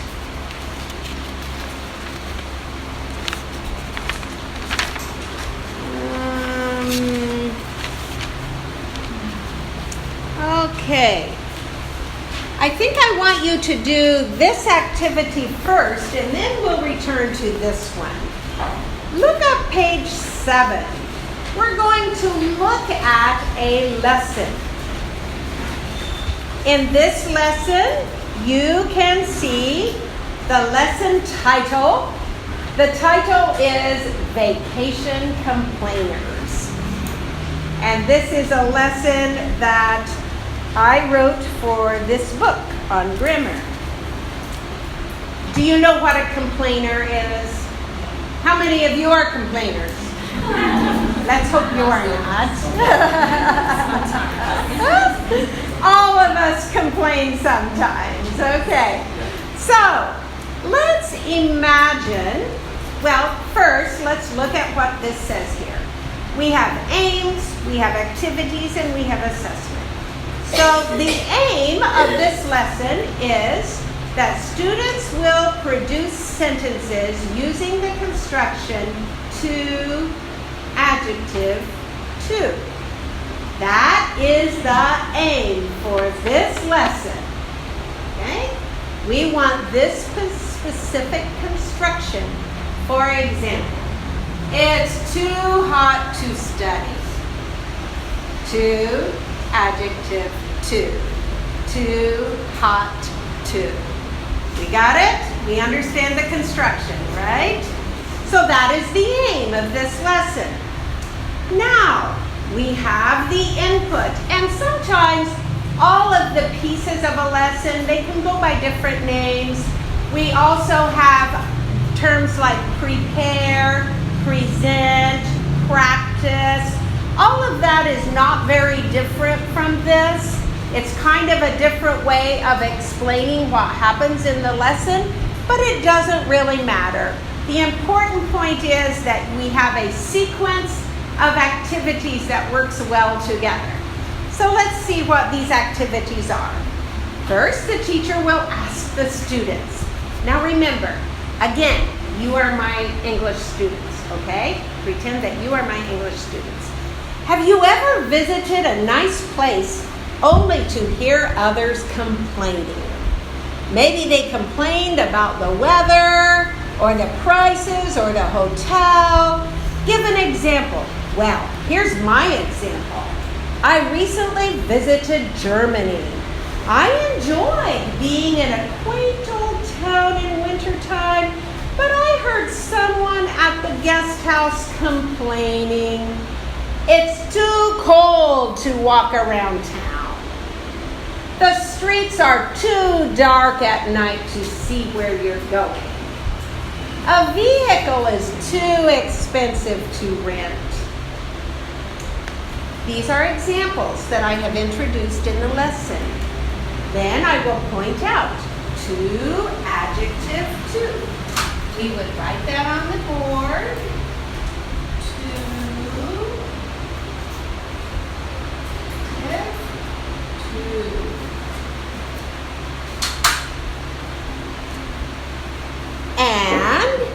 too has a negative connotation.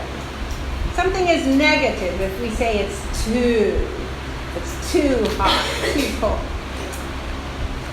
And then students get in pairs. And in this version, you would give each pair a card with a vacation destination on it. But we're going to do something different. In your groups, I want everybody to be in a group with one of the Americans. I hope we can, I know some of our students had to go home because they were sick, but maybe like all of you here can go together. You're fine. And let's see. We have, maybe Rebecca can join this group, and we can have Zoe here and Messiah. Okay. Now, Indonesians, you have a job to do. You need to think of a place in Indonesia. Think of a place where people might go in Indonesia as a vacation spot.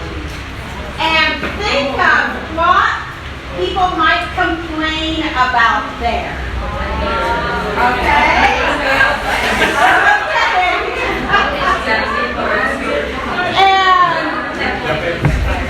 Indonesians, I want you to think of at least 3 sentences, 3 to 5, to adjective 2. Think of some complaints about that place. But first, tell your American friend where that place is. Explain it a little bit, okay?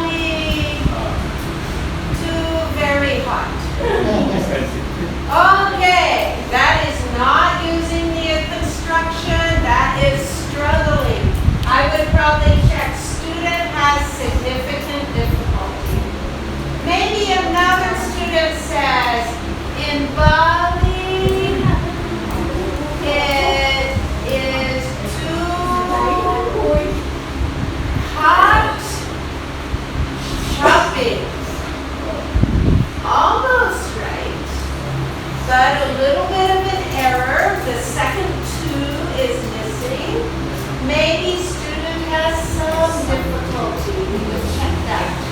If the student says, in Bali it is too hot to shop. It's never too hot to shop for me. Okay. Okay, so in each of your groups, identify 2 or 3 students to be students, and the others can be teachers and do formative assessment. Okay? Yes, let's do it.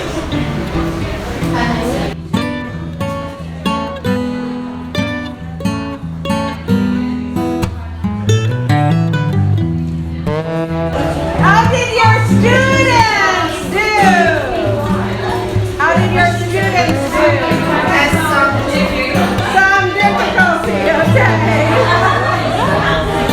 Okay, this is a good example of formative assessment, how the teacher can walk around and listen and assess students informally. Okay, we have talked about qualities of activities. Remember, we talked about the need for input, how activities should include interaction. We talked about that when you're choosing activities, there needs to be some output, and the teacher needs a chance to give feedback. All of those are qualities of activity. All of those will guide what kind of activities we choose. Now, in this session, we did not give you a list of activities, but we have modeled some here today. And many of you know of other activities. So I want you to find a blank page on your handout. And in your group, I want you to share and come up with a list of at least 10 types of activities. Now, there were 2 specific types that you saw Dr. Beard use this morning. So on page 9, underneath number 3, there's a little space. You can use that space. Yeah, and they have the back, don't they? No. Oh, you don't have the back. Okay. Okay, so yes, you can use that space. Okay? But before you began, what were the 2 activity types that we saw Dr. Beard use this morning? She even put them on the PowerPoint. They have names. Yes? Jigsaw. Okay, jigsaw. Did you mention that? No. No. Okay, but there were terms that she used. Well, I mentioned think, pair, share. I think I mentioned turn and talk. Okay. Think, pair, share is a good one. That can go on your list. But what did Dr. Beard do this morning? It's in your handout, I believe. Look in your handout.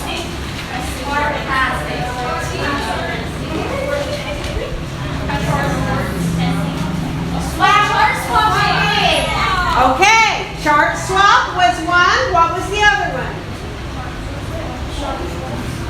Chart swap was one. What was the other one?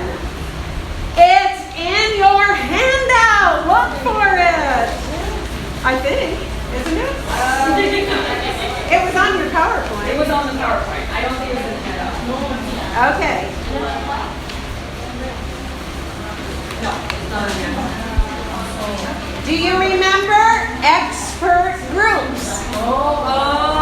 Remember? Expert groups. Those are 2 examples of types of activities. She did chart swap. She did expert groups. We have done turn and talk. Someone mentioned think, pair, share. And there are other kinds of activities that may not have names, where you say students share in pairs, X, whatever. Okay, so in your groups, think of a list of 10 activities. You have a start already with the ones we've mentioned. Think of more.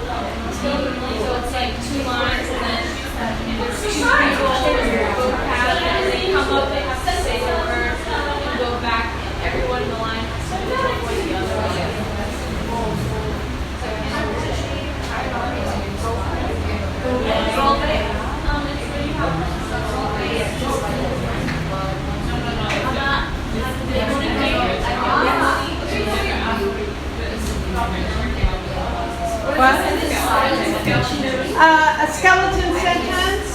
A skeleton sentence is when you have the main words but not all the little words that go in the sentence. Yes. For example.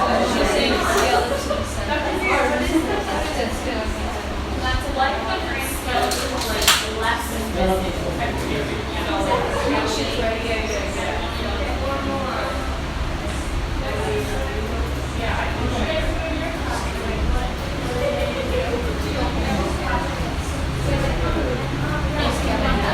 This would be an example of a skeleton sentence. You provide the main words, but not all the grammar. He drank coffee morning, and students would need to produce the sentence. He drinks coffee in the morning.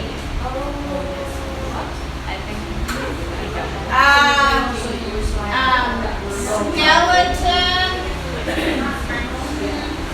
sentence.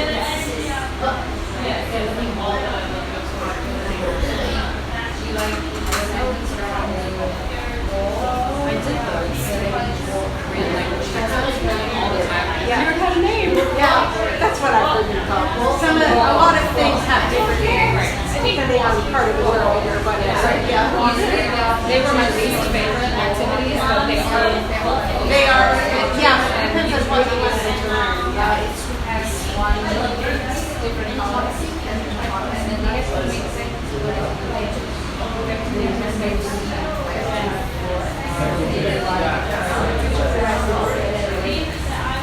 Okay, everyone. I know I haven't given you enough time, but we don't have a lot of time left. You've started to think about activity types. So now I want you to think specifically about activity types for this lesson. So we are going, remember, you can turn to the aims on page 1, okay? Here are the examples. There are 3 of them. And I want you to think in your groups of what activities could scaffold what the language that students need to be able to produce in order to do this. So you want to think, before they can do this, what activities do they need to experience to lead up to this? Okay?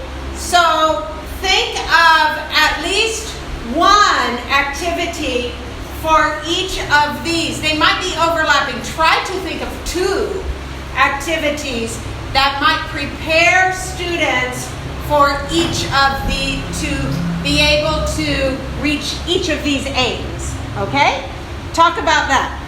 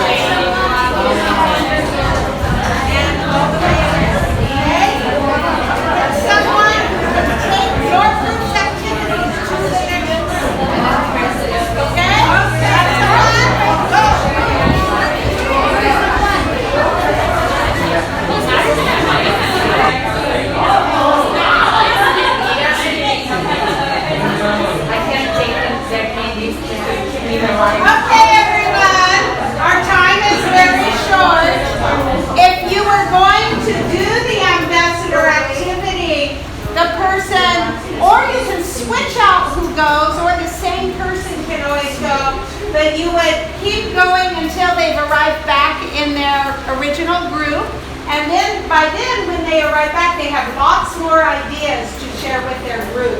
And that's how an ambassador activity can work. So, but let's hear what you think. Who has an idea to share of how we can scaffold for students to learn to say past verb endings? Ideas. What's your activity? What? Whisper. Whisper? Whispering game. Whispering game. How does that help them learn past tense endings? Well, they were talking about like a telephone game, and they have to like whisper it to their friends and using the different like sounds that Okay, because you have to be more purposeful about the sound. Okay, that could work. I heard a good activity back there. Do you remember what you guys said? We said sentence skeleton or sentence scramble or Skeleton, maybe. That could be helpful too, but I heard one I wanted to mention here, and that was charades. Okay, so imagine you have just verbs in an envelope. A student comes up, chooses a verb, does the action, then stops. And the teacher asks, what did he do? He studied, he ate, he ran. Some of those are irregular verbs. That depends on what you're teaching. But, okay, so charades can be very good.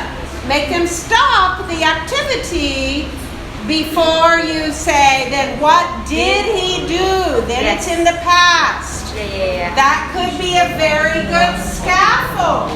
Now, what about this? Can you sit down? Yes. Sorry. Sorry, no chair. Oops. It's okay, I can Pull a sit here. chair out for her. Okay, good. Now I looked. There you go. We have a chair for you. Thank you. Okay. Now, imagine when you're doing charades, one student leaves the room during the charades. And they do it, and then the student comes back in and has to ask the class, what did you do? Or ask a person. We're trying to get them to know how to say that sentence, that question, right? Yes. Okay. So we're doing charades. One student goes out of the room. The teacher calls them back in, and that student has to say, what did he do? Or what did you do? And then everyone else answers, he ran. And students take turns going out of the room. Or you could do that activity back to back so they cannot see. So I'm back to back with Hannah. And Hannah has to do an action. And then I say, Hannah, what did you do? And she might say, I ran, I studied, I read. Okay? So these are simple activities to scaffold so that students can work up to this bigger task. TH. I might give students a tip that they have to put their tongue between their teeth. And then I might have them get out their phones on selfie mode and give them a list of TH words. And as they read that list of TH words, they must see their tongue between their teeth. Month, 3, this, mother, and all those words. On selfie mode, looking at their phone, they need to be able to see their tongue. I would probably give them in the list of words, month, 4th, 5th, 6th, 7th, those ordinal numbers, because that's what they will use in this task. Do you see how I am purposefully selecting activities to scaffold so that students will be able to do this task. So we do those other activities to learn and practice, and work up to this. And then when they finally do this task, what do? Where is it? I have my formative assessment chart. And I go around and I listen for TH. And I listen for past forms. And I listen to hear exactly the question, what did you do? Okay? Our time is almost up. We have about 15 more minutes, and I want to make sure we allow time for questions about AAA planning, aims, activities, assessment, and about the concept less is more. So, get back in your groups, and each group think of at least one question that you have now as you think about applying all of this to your own teaching. Okay? Every group should have at least one question. You might think of many more. Okay.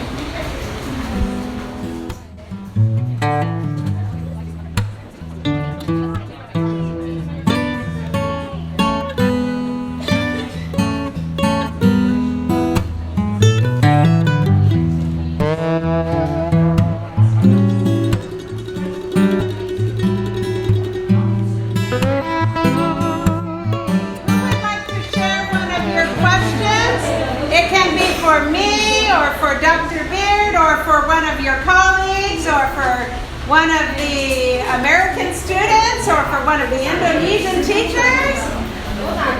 Okay, who would like to stand up and share a question?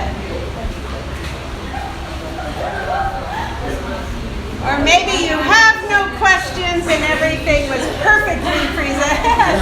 Okay, can you stand, please? Okay, what we discussed is about learning about the methods. But we didn't get the format of the lesson plan, the format like the real structure of the lesson plan, especially because we discussed and we had problems with the number of the students. Will the number of the students affect our lesson plan? Like a bigger number or smaller number will affect the form of the lesson plan. Okay, so you had two different questions there. When you said you didn't get the form, do you, there are different ways of planning lessons, right? Different templates needed. So we talked about the things you need to consider, like input and output and interaction. So let's go to your second question, because I don't quite understand the form question. But the second one, does the number of students affect the activities you do and how you do them? Of course it does. So you always have to think about the logistics of what you want to do in the class. But there are many activities that can be done in most classrooms with most numbers of students. Charades. You can do charades with large classes or small classes, right? Have you ever done charades in a class? Not quite, but similar to that. Okay, Like yeah. words and it's like hot chair and Okay. someone. Yeah, on the hot seat and okay, good. That's a good activity time. Yeah. But she mentions about like in a class she has like 30 students, active one, and then means usually we have limited time, for the class, like 1 hour or 1 hour. Right. So especially, and one friend also mentioning, especially if we are teaching speaking, for instance, so everybody will have different allocations of times to speak, things like that. And what's the question? in that kind of situations mean that the lesson plan must be differently, must be prepared differently. Like if we teach reading and then listening or speaking, that must be, the method will be different. Well, all lesson planning starts with the aims. Whether you are teaching reading or listening or speaking or writing, you begin with the aim of that particular lesson and what activities are students going to do to be able to achieve that goal. So it's the same. Of course, reading is a different activity than speaking. So you will be doing a lot of different things. Does that make sense? Yeah. Okay, another question? Yes, can you stand? Yeah. So I actually have questions about the assessment. Okay. Yeah. So as in my school, we have like homework. We also have daily tasks, and also we have the like final test or the mid-semester test and stuff like that. So in that process, especially with activities that we have in the classroom, as well as like the homework and everything, which kind of assessment that work to be input in the grading system? Because usually like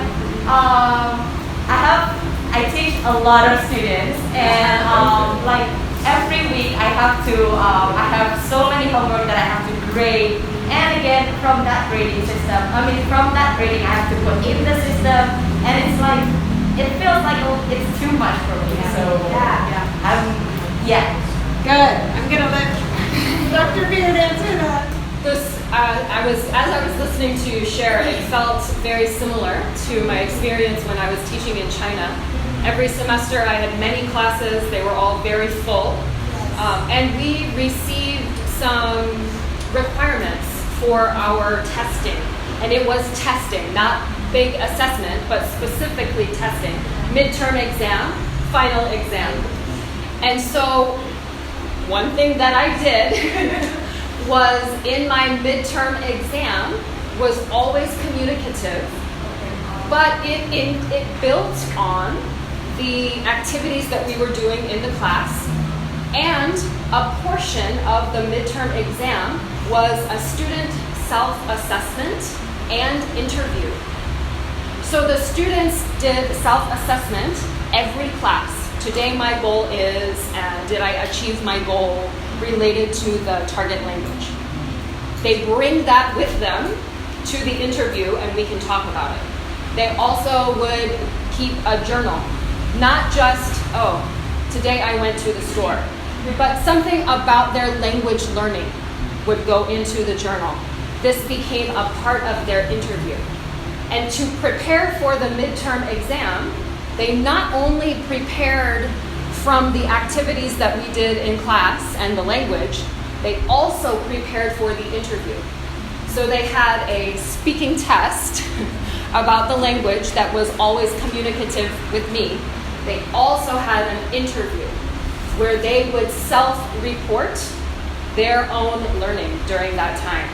So that took some of the burden off of me for this kind of ongoing assessment. And I did the same for the final exam. It included an interview and self-assessment. It's not the only way to do it, but it's incorporating student self-assessment is one way to take some of the burden away from the teachers. Yes. Thank you. One more question?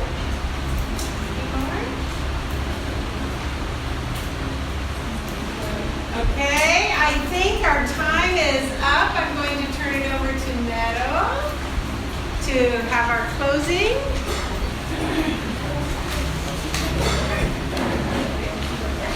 Full of information? Yes, and ready to apply right away? I hope so. We have been learning so much today in one day. And I'm really sorry for the heat and The first plan we were going to use the AC, but we didn't do it well from the beginning. So sorry about the heat, and especially for the Americans, it's very hot. So we would like to give our token of appreciation to Dr. Beard and Dr. Jane Domer. Little bit of something from Indonesia. All right.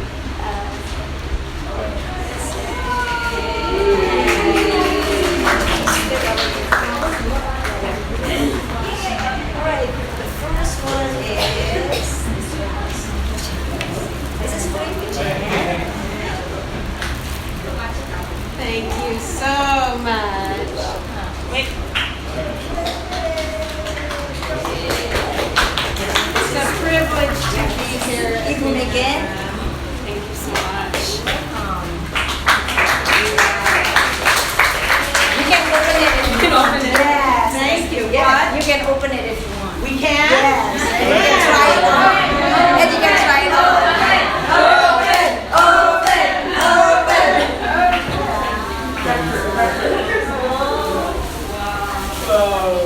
Oh, wow.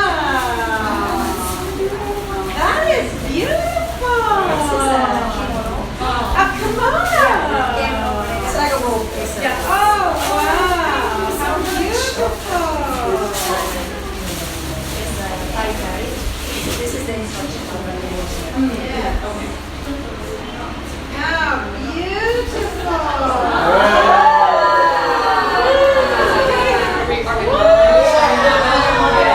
Hold it up like this.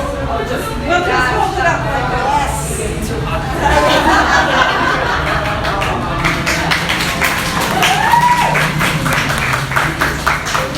Thank you so much. Thank you, And, Dr. Domer, and also Dr. Peter. Thank you. It's an honor.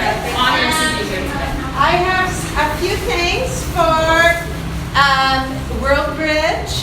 One is to promote Taylor University.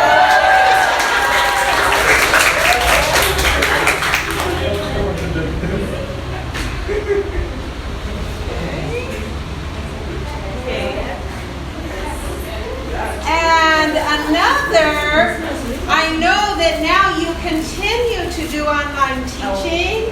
So this is TESOL Press's reference guide for online instruction of English. So I hope that will be helpful.